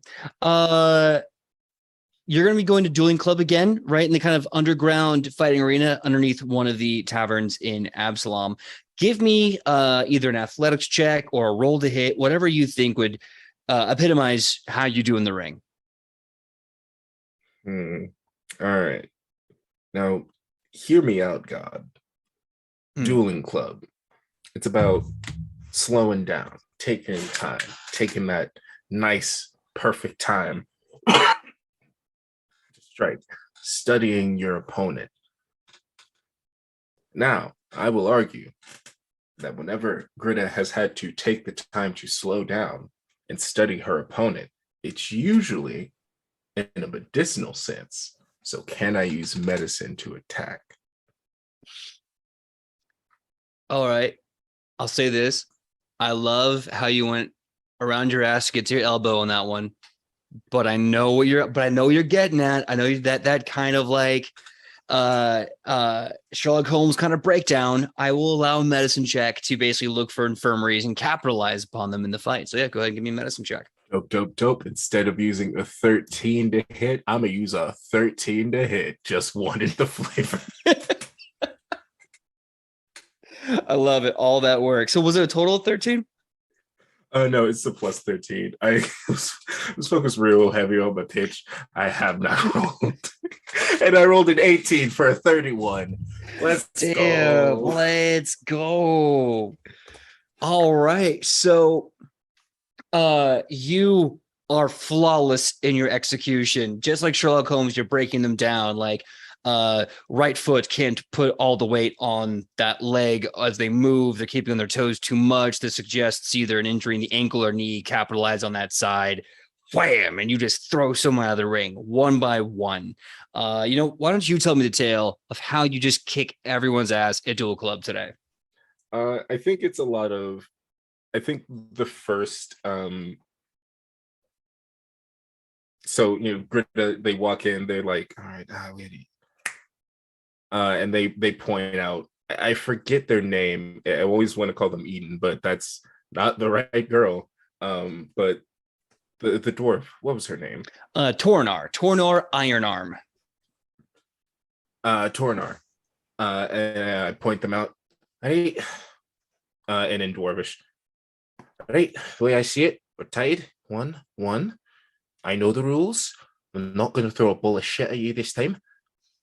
One more go. She looks you up and down. Hey, I can't stand having a tie between me, so let's break this combo breaker, shall we? I'll just wreck you this time. Oh, trust me. If this goes the way I want it to, you'll have plenty of tie between you and you'll get plenty of chance to... You know what? We have a fight to do. Let's do this. Let's go. Right. And she goes again for her patented like arm around the waist seatbelt grab and just like toss you out like a just a fish back into the sea. But you flip it around. Tell me how you win this time and break the tie. I think they go for that, classic suplex. And Greta flips into it and wraps their arm around them, shield arm style, and counters the suplex with another suplex, just barely managing to land on the inside of the line and out suplex them. Nice. The crowd, your classmates are losing their minds. Your teachers, Ichi and Morel, are like, they're just all hyped. That was such an amazing reversal, and they're already breaking down science, like right, the footwork and the balance and the weight, and they're all, it's about pride, it's about power, it's about hunger. Develop, right? yeah. And Greta's just taking it all in. She's like, right. Okay, perfect. All right, who's next? At this point, a gruff voice. First of all, everyone dies down, and a gruff voice comes up. Now you have cleaned the floor with everyone here in the club except one person, a half-orc woman who's been watching. She comes up. Hey, you've been picking up everyone's ass and just throwing them out of the ring. You ready to try it for someone who's willing to throw hands? I've been trying all day. That's not the voice. Hang on. Been trying all day. I just I put in the work, they put in the work. But if you're willing to put in more, let's do this. Humble. I like that. Well, then, respectfully, I apologize for what may happen next. And you see she's wearing this kind of long hood robe with no sleeves. She takes it off, and you see she is just wrapped hands up to the elbow in tape and rope, and she's got a kind of chest binding wrapped here, and she is covered in scars and what looks like runes or ritual designs of some kind. She steps in the ring, cracks it, and she takes a very unusual stance and just kind of and none of these runes look familiar in any way. No dragon cult shenanery going on here. Off the top of your head, no. But then again, you're trying to size up your opponent and not like freak out about it. If you want to get a better look at it, give me as I look through all my notes. Just give me a perception check for now. Yeah, I think Greta really is just sizing them up overall, just like, all right, what's going on here? Who are they? What is this? Just general perception, not great. 17. Yeah, you've never seen these kind of symbols or ruins before. No idea how to clock them. And it's funny that that's the word I'm going to use. Because once the match starts, you see there's a small shift of her back leg. She starts to glow a little bit. And in a split second, your jaw is just a bed for her entire hand. Give me a fortitude save. Fortitude.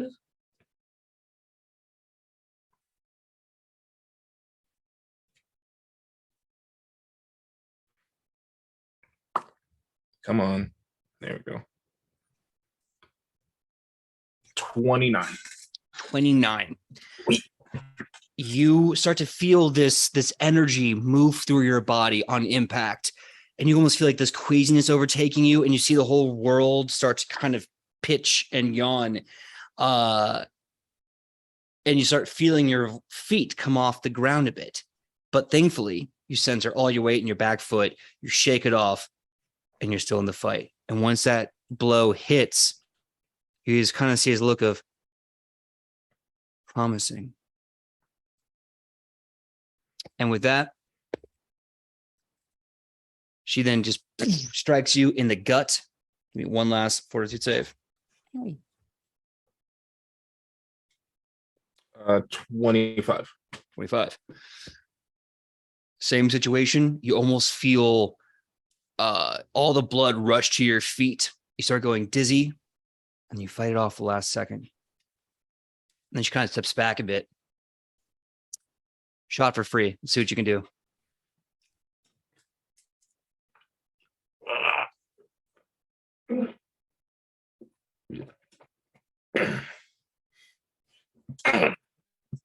And then I swing. Greta had a retort, and then they went to say it, and then vomited in their mouth a little bit. you only get punched to the jaw and rocked to the stomach. It only take so much of that. And I'm rolling with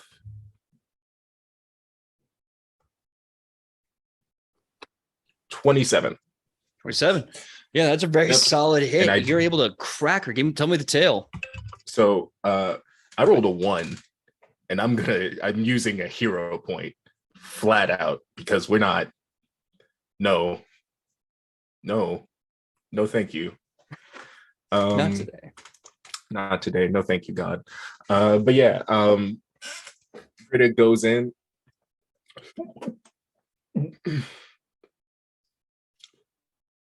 Okay, no, we're doing this.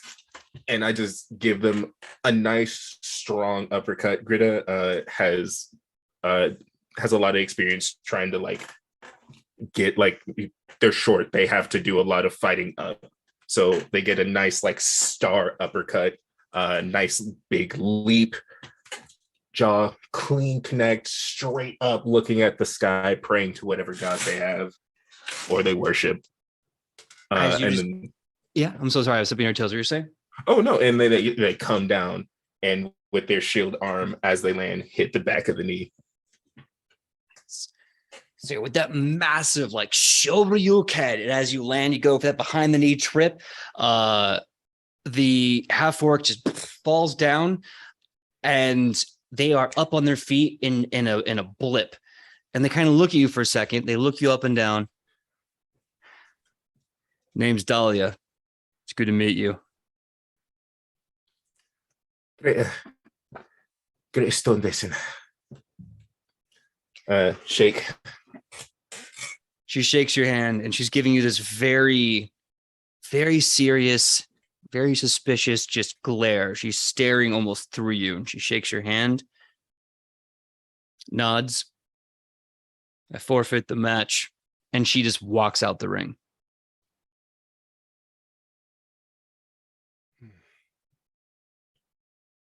I don't like that. I don't like that at all.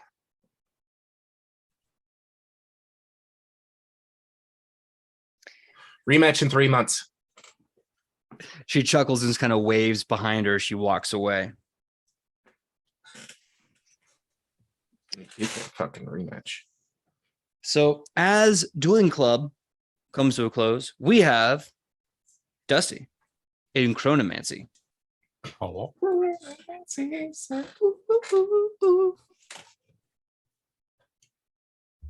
Yeah. Who's the chronomancy teacher? I want to know. It's a younger Morrow. Which is just some person, right? Yeah, Back when they're just a little skelly boy. Is it the cat? He still laughs the same. It's just, why is your jaw dislocating, sir? That makes it so much more disturbing. It's so much worse with their skin. Their skin. So give me Arcana for Chronomancy. See how well you do in your class today. Arcana. Let's go. What number is that? Oh, I'm not used to seeing good numbers. Skills. Everybody. 29. 29. Skills. Okay. So you go to Chronomancy class. You find that there is a platform being raised in the center of the room. And this is important because standing on this right now is the Kobold teacher of evocation. And this is helping them basically being seen. Mm-hmm. When the class starts, he gives this simple announcement saying that, all right, so what you all need to understand is that while we are trying to teach chronomancy, there is a professor. They've been held up due to international border problems with boats and wars and everything. So we're going to be having swing instructors come every day until they arrive. Until then, it's my turn. I am going to teach you about chronomancy. And the first thing you need to know is, first rule, I'm a dragon. Don't piss me off. I'm a dragon. Number 2, everything's energy. And chronomancy is kind of like that. And they go on this big spiel about, evocation magic is the magic of kinetic energy being manipulated throughout reality. And chronomancy can borrow this energy, like it borrows other energies from time to time. But that's not important. The important is that you absolutely kill it on this class. What are you going to do for your class? I think going into this class, Alwyn was hoping to ask lots of questions, realizing this is the evocation teacher. They're not going to have lots of questions answered correctly, since role number 1 is a dragon. They're a dragon. So I think what they're going to try to do is they're going to pull out a watch, a clock, and they understand that turning back the hands of this clock won't exactly do chronomancy, but they're also too tired to try anything else. So they're kind of just like focusing on this and trying really hard to just will the second hand to go backwards. And I think with just like with that role and just kind of how things have been going, that happens very, very easily for Aldwin. I think they just like look at it, start thinking about it, and then it stops immediately. And then the second hand just spins back and it just starts going faster and faster and faster until like the clock breaks. All right. Once the clock breaks, you have a very weird out-of-body experience. You look at the clock. The clock is broken. You actually see all of the arms in the clock just down and drooping. But as that happens, you see and feel everything else constantly moving, kinetic energy spinning, whirling around you, as if the same energy you had in the clock is now happening all around you. You see in real time everyone going through their class, doing their different experiments, learning about the energy of time, and you're seeing them age into adulthood and old, just their geriatrics, and then shrinking back down to like infancy. You're seeing the teacher grow and grow and grow and grow into finally the form of a massive dragon, and then shrinking back to an egg and back through the gamut all over. And then as this continues to happen, you see this little, give me a perception check. 29. 29. You see this little flick, this little thing spinning, charging, sparking. It's this really weird purple. And you recognize it as it starts to grow. It's taking all of your energy to focus on it. And almost like with your energy and will, you're making it grow from a pebble to about a penny. And it's about to grow into the size of a pizza. It's the same color portal the boat that your parents were on in your memory sailed off to before the static removed you from your own memory.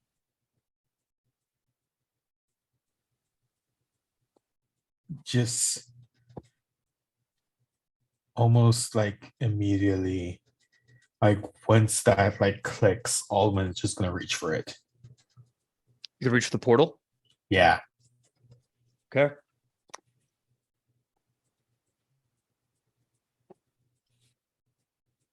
Concern. Your choice. Will save.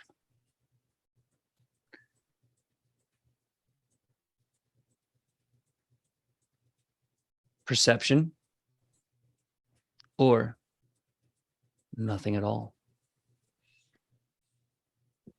See what happens.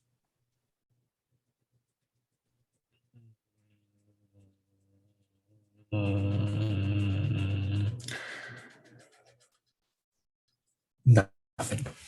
Nothing at all? Nothing at all. Okay. You grab the portal.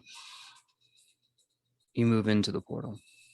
Almost like the minute you touch it, like it was meant to inhale you. Once you get in there, everything is this whooshing sound. You can hear the sound of the sea crashing.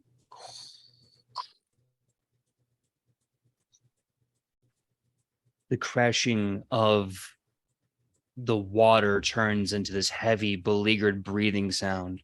And then that turns into a laughter.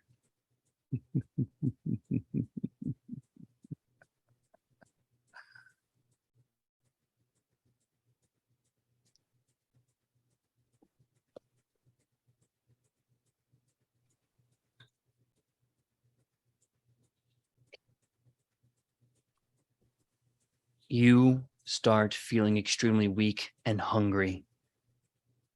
You look at your hands, your skin begins to hang off the bones of your fingers as wrinkles grow and stretch on your body like ice stretching across a pond. You age into a massive, geriatric, older state. You feel his long white beard begin to grow. And in this moment, you see Abuelo. And they're looking right through you like a ghost or a figure. They move through you. And at this point in time, you see a reflection in his glasses, and you look just like him. Long white beard, though.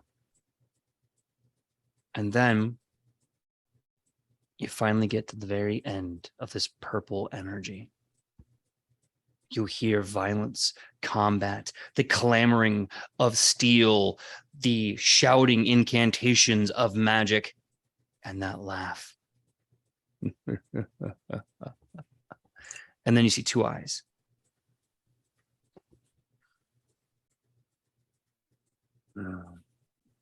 You need to stay very far away from.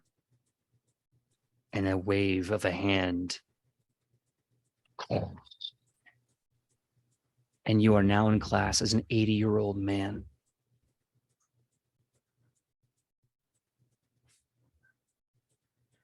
Away from what?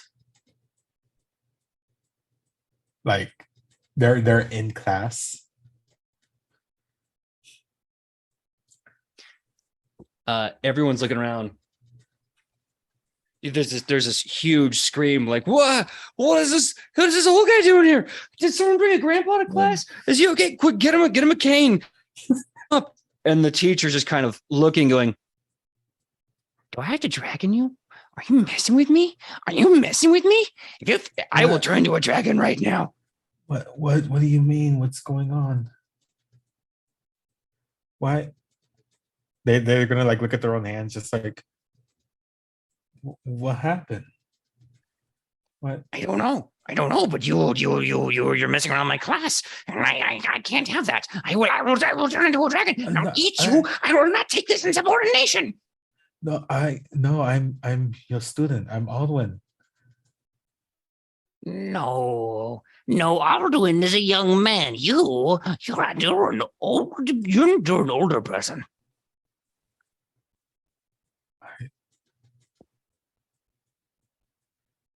Is there anything that I could try to do to maybe try to revert back?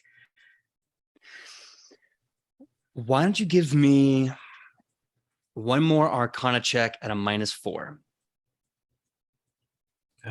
Okay. This is the season.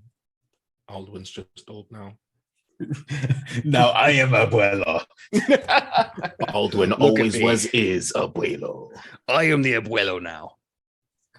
I am going to use Dame la guide the loco. timeline Mm-hmm. which means I know the results that I want and I can nudge it in the direction I want to do. So I roll twice and I take the better result. Okay.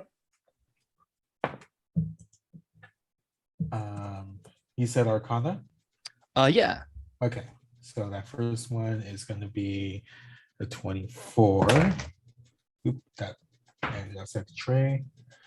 24 is going to be the better roll. 24. Okay. You start messing with the energies again, trying to get your focus. It's a little harder this time because you realize in your mind's eye, it has been 80, 100, 200 years since you've last tried to do this, physically speaking. So your mind doesn't quite remember it. And as this focus begins to wane, you see a little purple spark again in the air. Just and as it does get bigger and grow and break into this reality, you start to feel yourself feeling younger, energetic. You're feeling yourself sitting upright. And then the purple portal fades. Give me D20. It's a flat D20. All right. Just a raw D20. 6. 6. Aldwin is now 6 years old. Oh, You read my no. mind. You are now 6 years old. I was hoping like a 15, a 20. You're now a little baby Aldwin. You're 6 years old. Now Aldwin is just straight up 2 feet tall. Aldwin, no. See, I told you I was Aldwin. The kobold, who's now kobolds about your height, maybe a little higher, just looks at you and definitely feeling powerful and goes, Leave this class now. Leave you will. But I have questions. Oh no. Why are my hands smaller? he gives you a firm pat on the butt as punishment and then points again to leave. At this point, everyone else is just going, man, chronomancy, fuck this magic, man. I don't want to become an old man. I don't want to become a kid. I don't like this anymore. Okay, I guess Aldwin is going to leave. All right, so you walk out, and that ends that class. You all reconvene. You get to decide if you want to go to a shared class. One thing is escapably real. Aldwin is a 6-year-old boy. Oh my god. Like, so much happened. I'm not sure what the. Yeah, what do we do? Wait. Because I had ideas, and then this happened, and I feel like this is a What now is- situation. Talk to the divination teacher. Maybe they know something. We don't have a divination class, do we? We don't, but the divination teacher's still here. Britta, when she get taller? Who said that? And what? Alvin? What? What? Oh the my fuck? god. Hi. Oh. Aldwin? Yeah. Oh. What happened? Oh my god. I- Oh. I went to chronomancy. What did they do to you? I was 80 and now I'm not 80. Yes, we knew you were But I'm- ADHD, love, but this is what? I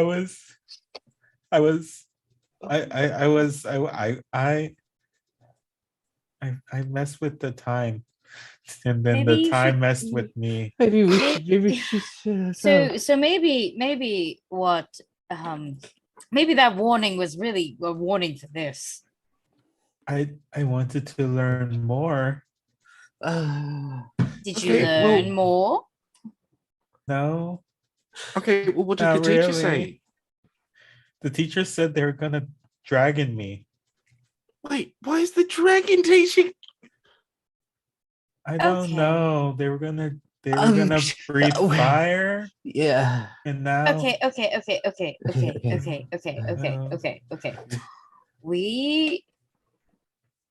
We're going. Someone go get help. I'm gonna go get the divination teacher. You I'm go, gonna, yes, I'm gonna go, go go. get the divination Go, teacher, go, go, and go. Fly free. I I run off to get the divination I just teacher. pick up Aldwin. I just pick up Aldwin like a baby. So suddenly you're flying up, basically almost 7 feet. Uppies. Uppies. You get uppies. Sana, have you ever been this tall? You are very, very tall. Oh no, I'm very high off the ground. Oh Don't dear. Don't Oh worry. my. This Oh is no. this is a precaution just in case you run off and I don't know, break the timeline. Yes. I think I already did that. Oh, Uh, I I don't have know how so to many treat you. questions. I don't know how to treat you. You were an adult, and now Are you- you're 6.5. Do you remember? Like you're still old, I'm right? I'm still me. I was trying to focus on the magic. Then I touched the portal.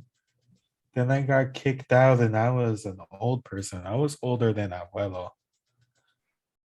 So you got really old. Yeah, and I tried to fix it. And And then you didn't. I guess And they just let you leave class like The- this. the dragon Yeah. was gonna dragon me. That's sounds about right for yeah. Was this like an actual dragon, or was it the him teacher? It was the professor. The remember rule number 1 is they're a dragon. There was Yeah. a kobold that turned into a dragon during the last days of school. I did if you see them remember. turn to a dragon. They went from an egg to a dragon. Yeah, I To an egg. don't like that. And then back to what they were. How long does it take you to find the divination teacher? I'm really glad you running. asked. You are going to find them, but we are going to put a quick pause. Fee's able to jump in and join us. And I kind of want to see their face when you let them know exactly what everything that happened. So we're gonna get Fee in really quickly. I'm gonna hit the button and we're just gonna go from here. Ooh, which reminds me about One Piece.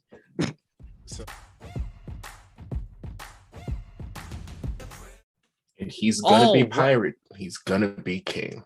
Is gonna be the king of the pirates. Yeah, He's gonna be king. I think Zoro is going to kill him. Now, anyway, so here we are back again, and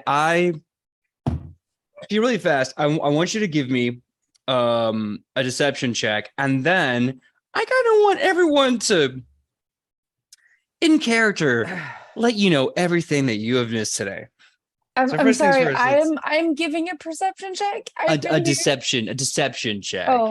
Oh, that's even worse. Never mind. Mhm. Who's deceiving me? You're deceiving somebody. I just came back. What the? Okay. Let me roll my little silly die. And that is a 25. Okay, cool. Perfect. That is for me to know and you to find out. Now, that being said, Fee, Hiro is pretty much done their classes and everything, and you kind of go stumbling back and meeting the group. Who wants to tell Fee in character? Who wants to tell Hiro everything? Me. Yes, Me. yes. I'm down for Here's this. why. Okay. Here's why. Hero comes out of class probably feeling fresh as fuck. I am holding a child.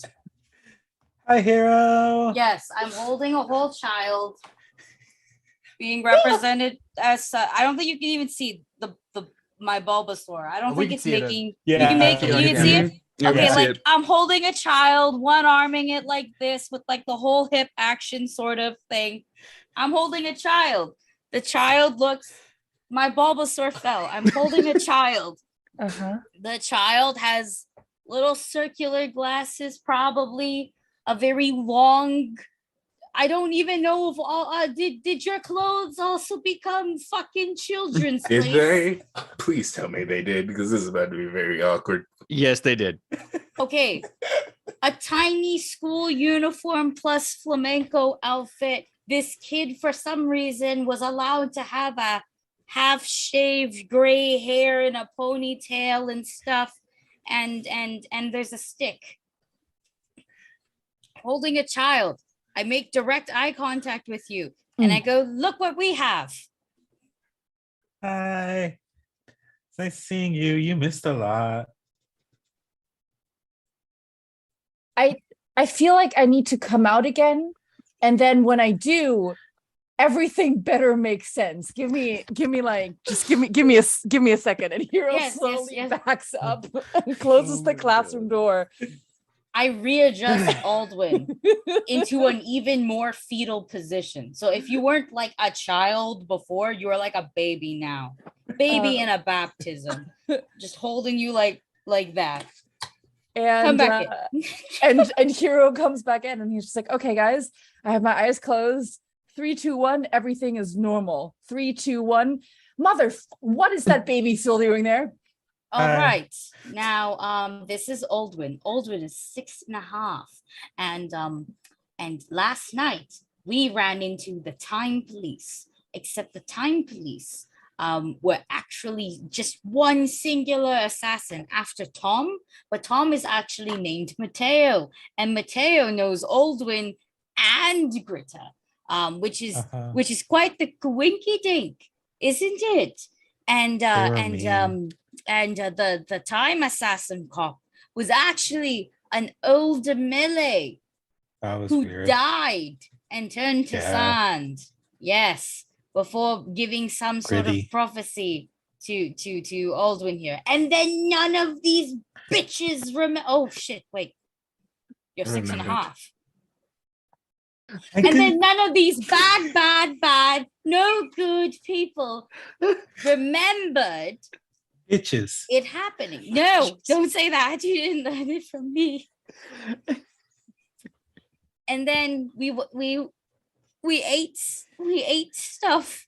We ate stuff at the Duke's parties, and then because it's Wednesday, and then we went back home, went to sleep. We're going to meet Melee for dinner to tell him that he died again. Oh no! And then Aldwin was allowed to go to chronomancy class. Well, it's my correct you class. think you deserve to go to that class after what the fuck happened? No. I was expecting after what the fire a truck real happened teacher. last night. No. And then Aldwin turned 80 and then turned 6.5. And they are being taught by a dragon? They were gonna dragon me if I didn't leave. Which isn't a verb. I don't know why they keep Either way, that's literally what happened. You did not miss much. you missed enough. I extract that, redact that. You missed a lot. You missed so much.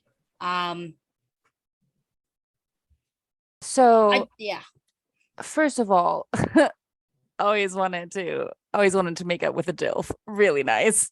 Cell 5. Second of all, nope, that's it. Anyways, class. So at this point in time, Aurora comes in with a divination teacher. I found him. Oh, thank God, it's a Virgo. Come here. Oh, you know by the start. I wish we had a long conversation. I'm not, unfortunately not a Virgo. I'm like an early Libra, like along the week where it turns from Virgo to Libra. Either way, full of shit. Full of duty. Hi, Mr. Tree. I tried to catch them up as much as I could on the way here. So hopefully they have an answer. And we don't have to send Aldwin to daycare. Right. I'm a big boy. Yes, Mr. Aldwin, you're such a very big boy. Now listen, I'm going to do a small scrying spell do I feel consent to do magic upon you? If it'll make me Wait, no, he wait. better. Yeah. But if he's 6.5, don't you also need permission from an adult? I am currently He's operating not under the actually assumption that six. Mr. Aldwin is still his previous self. That is just some weird timey-wimey bullshit. Let's see what I can do. Let's teach chronomancy, they said. There'll be no downsides, they said. It's the most powerful magic. You're fucking bored. Why did they bring the dragon? Well, to be fair, he's a very good teacher at evocation, and chronomancy, to our research, does seem to borrow a little bit of everything from the other schools. So that, but I'm just pontificating. They take 2 fingers and just tap your forehead twice. Tap, tap.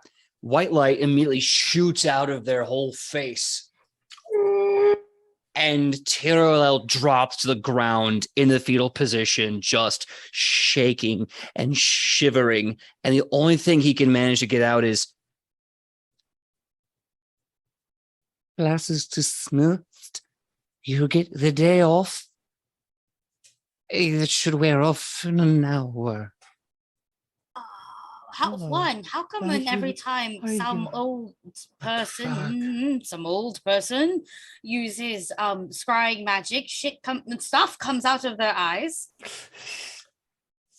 And Shit. Are you no, okay, stop! Professor? You didn't hear anything from me. Where the world was much better before I learned how to curse. 2, are you okay? Are you talking to Tyrell on the floor? Yes, they're on the Yeah. floor. The floor man.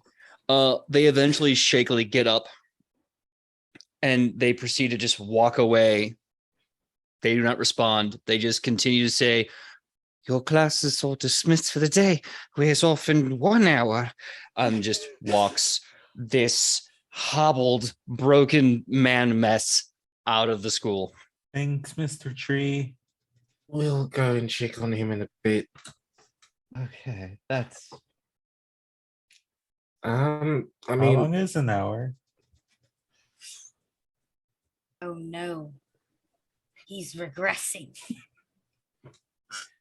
I mean, I hate to throw you into more hot water, but third time might be the charm if you're able to get yourself down up Hey, to why don't- 80. why don't we just like we wait the hour, in the library or something, and let if Tyrell says it'll wear off in an hour. I worry that Aldwin may time themselves out of existence if they try again. Yes, we're just going to wait. We're going to wait. And oh, Hero, I forgot one thing. Aurora's probably a changeling or something weird like Yes. that. Yes, that is also what you missed. The I- revealing of the blood. Yes, I need to actually. We should go to the library. I actually need to research more on changelings, so I gotta learn about myself. Congratulations. May you not find anything. May you not find anything unruly. I feel like at this point, instead of taking an elective class, we should all go to couples therapy as a group, not as couples, just, to figure our shit out and work through the traumatic issues that you just Don't dumped say on me. I think that's Don't- just called therapy. Don't say SHIT. Yeah, don't say Right? shit. Stop! Look at what you've done. I had to Hero, sound. maybe I can had to make you a sound it grilled out. cheese. Oh my god, Huh? would you? Wait, can babies Yeah. cook? I don't I'm care. I'm 6 sure and a you half. can. No. We're going to the library. Yes, I thought we were going to the Library, yes. library. Library. Nothing bad can happen when you put a tiny child by an oven and a stove, right? I think the worst part about this is that he's not going to grow much afterwards. This is scary. This is so scary. All of this is scary. Just put him on a stool because he also has stool. The tools are too big, dear. Really? That's that. Can we just get to the library, please? Library. So you all go together to the library. You see a bunch of students there. They're kind of wondering why there's this young child in the library. If you want to look up one thing, let me know, and I'll tell you what the answer to that one thing is right now. Let's start off with Aurora. Aurora, what are you looking for in the library? I'm just looking for more information on changelings. Like, what does this mean? Okay. All right. Changelings. How do they even work? Got it. I'll answer that in just a second. Next up, Aki. What's the one thing you're looking for?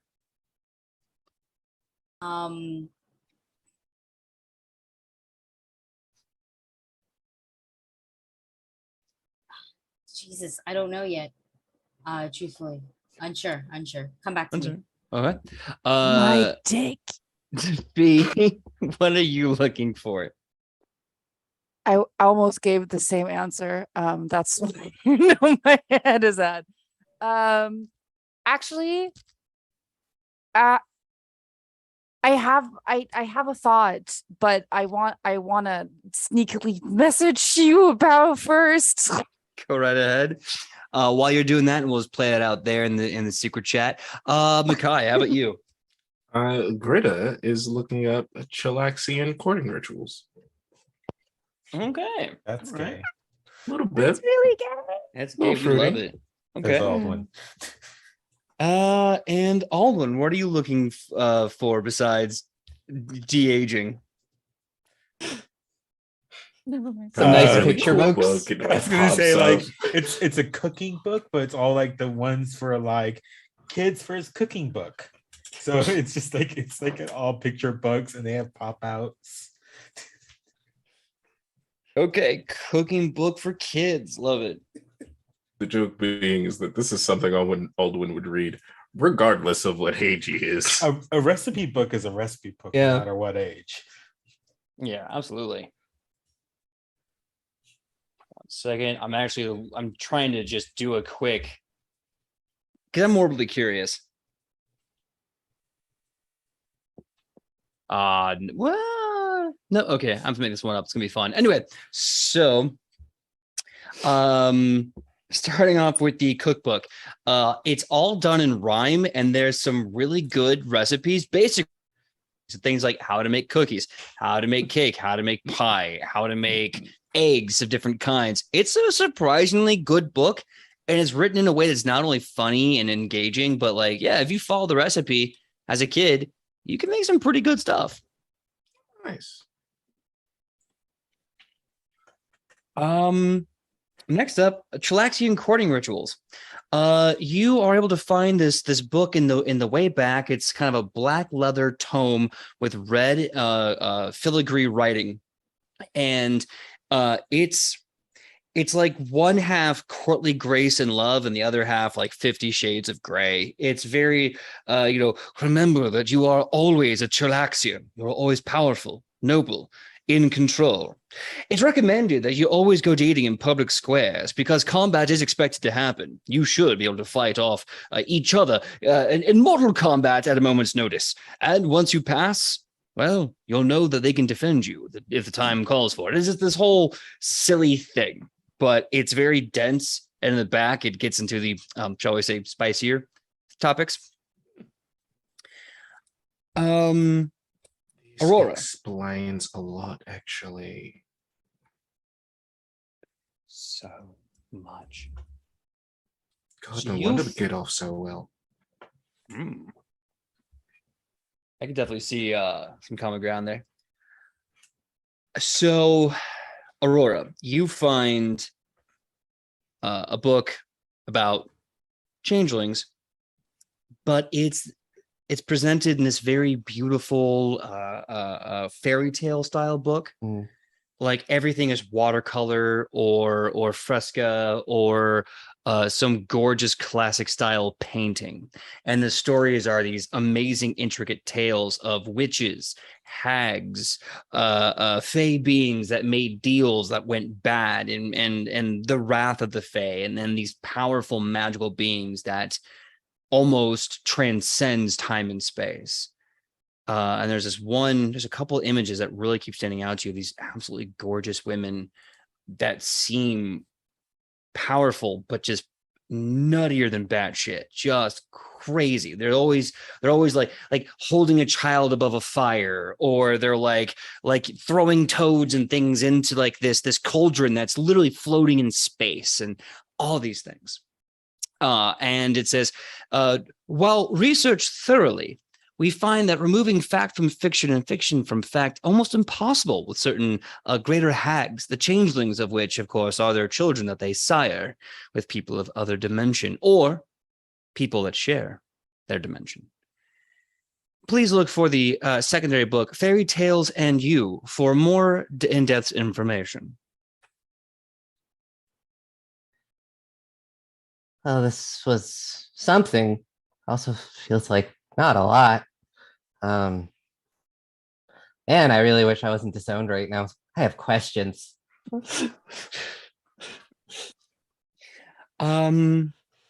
B, as you're looking around, you found this book and you're flipping through it, and you're seeing a lot of very interesting Illustrations. Oh my Well, I god, was I gonna love the say- Kama Sutra. Yes. I was going to say some old photographs, but yes.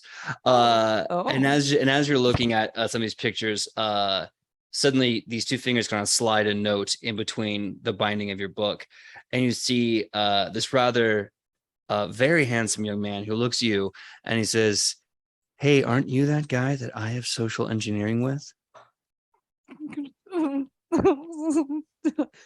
Stop, this is not a character. I need to compose myself. I'm sorry, I met a hottie in a library. All my dark academia dreams are coming true. Okay. Actually, maybe this is canon reaction. Hero follows the line of sight with the fingers up to this handsome looking man, and he's just like, you can engineer me. What? Yes, maybe. What? Hi. Yes. It's me. It's you here between books. Listen, I have found with social engineering that the best thing we can do to get by in class is to work together on some group assignments. And I don't know if you're busy or if you're already working with someone else in class, but I would like really much to work engineering social things with you. You want to be in my group? I would love to be social with you. To do group work together. Perfect. Yes, that sounds so nice. What was your name again, sir? That, ma'am? No, sir. It's in the note, as well as my dorm room and time to meet me for some studying. So I'll put the ball in your hand. You meet me then, we'll work together. If you don't meet me then, we'll work apart. Choice is yours, big boy. And they walk away. I'm a big boy. I can't believe the minute I am with child, the fucker leaves me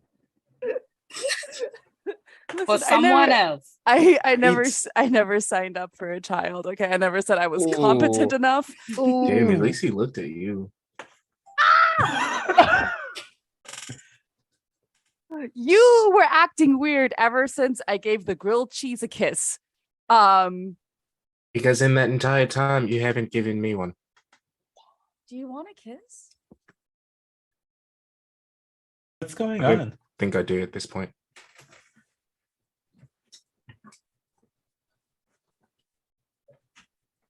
Can I still give you one? I'm gonna go finish this book.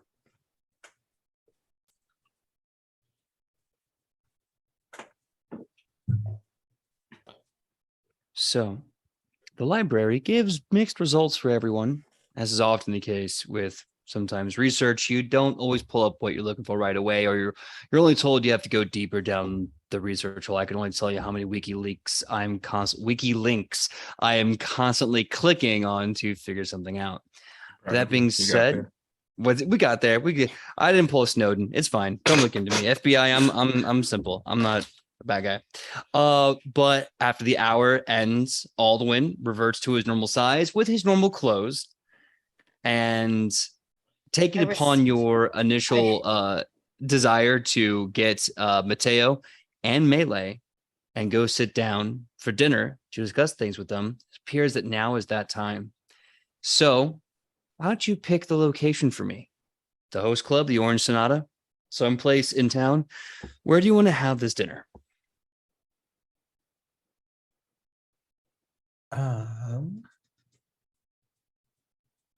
Let's I suggest that place, that fancy place where what's his French? Where he took me and we had a red wine and I pegged him after. That whole thing from season 1, you remember. Parish? Yes. Parish. well, I You was gonna say, like, remember. I love that You one. remember. You I remember. remember. I was gonna say, like, last time we tried to do something serious with Orange Sonata, we had to fight it. Yeah, I don't wanna want fight to another cause. dad. I don't want to fight another dad. I also don't want to give Gwendol another Oh, yeah. anxiety attack as the That's magic goes fair. away. Yeah, let's go to someplace in town. Mm. Instead of Patty Dukes, we're going to the upper scale one, but still kind of chill. Oh, Duke Peddington's? Yeah. Duke Paddington's the 7th. Dude, Paddington's the 7th. They I have know you very said good marmalade Paddington's, but sandwiches. given that we were just talking about pegging, what I heard is It's Peggingston. Peggington's. Peggington's. I- That's the after hours edition. Which Yeah. is why I looked so utterly confused for like 5 seconds. I was just like, coming from Baldwin? Oh no, What- you're thinking of Peggington's Landing. Peggington's Landing. That's the one. What I love about this is that we are world building for Paizo right now. We are informing all the players that the Paizo land of Absalom has Patty Dukes and Duke Paddington's the 7th Yeah. restaurants in their world. You're welcome. You're welcome, Paizo. we do a Paizo. little bow. Yeah. So with the second day done, with time shenanigans galore, people dying and not dying, and all the insanity that just happened, this is where we're going to end episode 2 of Wayward Arcadium. Episode 2. So let us say our goodbyes and our goodnights, starting with Fee. Fee, thank you so much for joining in last second, and it was a pleasure to see you. Please let us know who you are and where we can find you on that sweet, sweet internet. Hi guys, thank you so much for having me for such a short time. It was lovely to be here. I will be on time next time.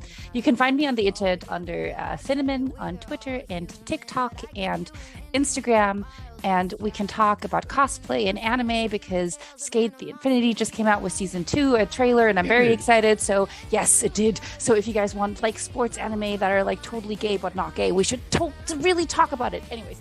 But you can find me there. I go by they, them pronouns. I don't think I ever said that, but yes, hello, that's me. And I play Hiro Kitsugane, who is here and apparently now a baby daddy and needs to somehow make a recipe for a.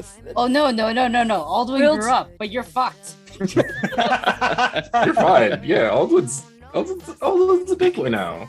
Anyways, so he was a baby daddy for like 5 seconds, and now he has to learn how to make a grilled cheese so his partners forgive him for not giving them smooches. So episode 3 will be fun. Yeah. God, this season is already so crazy. Let's throw it over to Aubrey. Aubrey, please tell them who you are and where they can find you on that sweet, sweet internet. Hello, I am Aubrey. You can find me everywhere on the internet at Mad Queen Cosplay. I am also usually the one herding the cats over on Goblets and Gays and Nani Mamagiri. So check those out. You can also catch me over on Bring Your Own Mech. And I believe in the next month or so, you can catch me over on Ballad of the Seven Dice for their new campaign, Escaping Carcosa. I will be playing on the Pathfinder team over there. It is a lot of fun, and I cannot wait for people to start hearing it. Nice. I love that concept, by the way. It sounds so much fun. Well, next up, let's go to Aki. Aki, who are you? Where can find you on internet? Sweet, sweet. Please let us know.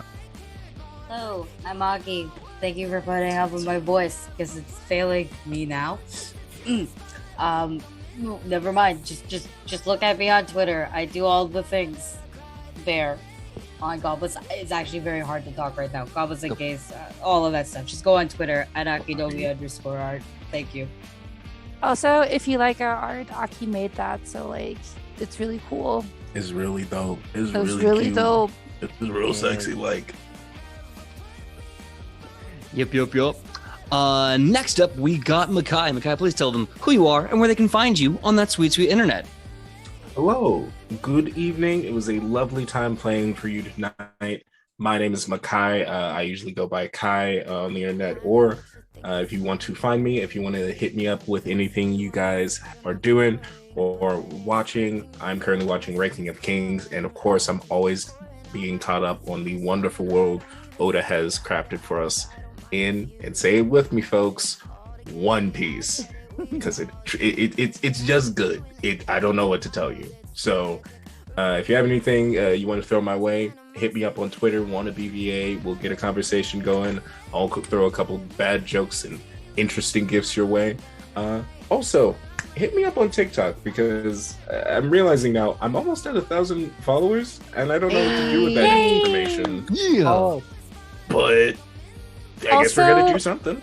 Definitely commission Makai for voice acting work if you want to have something read or anything like that, because they are amazing when they do that. And I think that you should do it, and you should have a treat. You know, you should have your favorite voice line being voiced in Makai's voice. Just saying, just putting it out there. 100%, because they got range. Yes, But please, they do. if at the end of the day you can't commission me, you can't share my things, just stop by and say hello. Stop by, say hello, and tell me how your day was, and we'll go from there. Yeah. Also, yeah, sexy voices on this person. Pay him. Yeah, Choked on my own pay me. air. Well, I think I had to save the craziest for the lastest, and this certainly wasn't Dusty's fault. So Dusty, please tell me The who you are. baby. Tell them where you are and where they can find Baby. you on that sweet, sweet internet. Yeah, Dusty. Hi. Tell us, Dusty. You can find me online at the Twitter. It's at @DustEHill, where you can find me on all the things. I'm one of the cats that Aubrey is hurting for Goblets and Gays and on Amamagiri. I'm also on Bring Your Own Mech. I'm a producer at Well Seasoned Stories. You can also find, for the rest of the month of August, Rex short before the show at Gehenna Gaming's YouTube, In Fear and Love, My Pasión de las Pasiones mini campaign. Second episode just aired, and because it's YouTube, VODs are immediately available. Go check it out. Things are very, very spicy, and it's only going to ramp up over the next 2 episodes. Yeah, by the way, it's just Dusty Hill. That's where I'm going to yell about all the things I'm doing. Awesome possum. Well, that just leaves little on me. My name is PJ McGaw. You can find me all over the internet at pj.mcgaw, Facebook, Instagram, TikTok, Twitter. Come find me, come friend me, and let's have fun. And when I'm not here getting challenged to fight in a death match in the quad with Jebba Boyd, you can find me here Wednesday, same nat time, same nat channel for Edge of Legend. The heroes of tomorrow are now inside New Jack City, and they may be investigating a very powerful hero of the trenches, or maybe not. Who knows? We'll see what they do Wednesday, 8 to 11. Coughing. I'm also with Wes Johnson at Wes_IRL for Initiative. A new Tans dropped last week. I'm in it. Go check out the Tans podcast, All Night Society, on Spotify. And I have more announcements when I can tell you about it. So with all that being said, thank you so much for tuning in. Thank you for being pissed off at me. And thank you to these amazing heroes for just going through the craziness. Now we are going to be rating Blackwater D&D. What a D&D. Hit him with a yayo. Yeah, yo. Actually, should Yayo be our raid cry? What about help? I have heard no. Oh wait, hang on. There was an objection. Oh. Yayo. Yeah, yo. Oh, and before I forget, before we start rating, I'm going to make sure I say this now. Also, huge thank you to our amazing and wonderful TD, Forgotten Cuttlefish. Thank you so much. We couldn't be doing this without you. You do amazing stuffs. We love you. Thank you so much.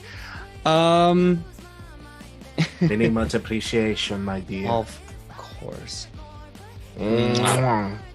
If you also want to chat with us when we're not in the Goblets and Gays Discord, you can come check out the Nat 20 Productions Discord. We're there too. Either way, thank you all, and we are going to be rating in 3, 2. Oh wait, I wanted to tell you about One Piece real quick. We're rating.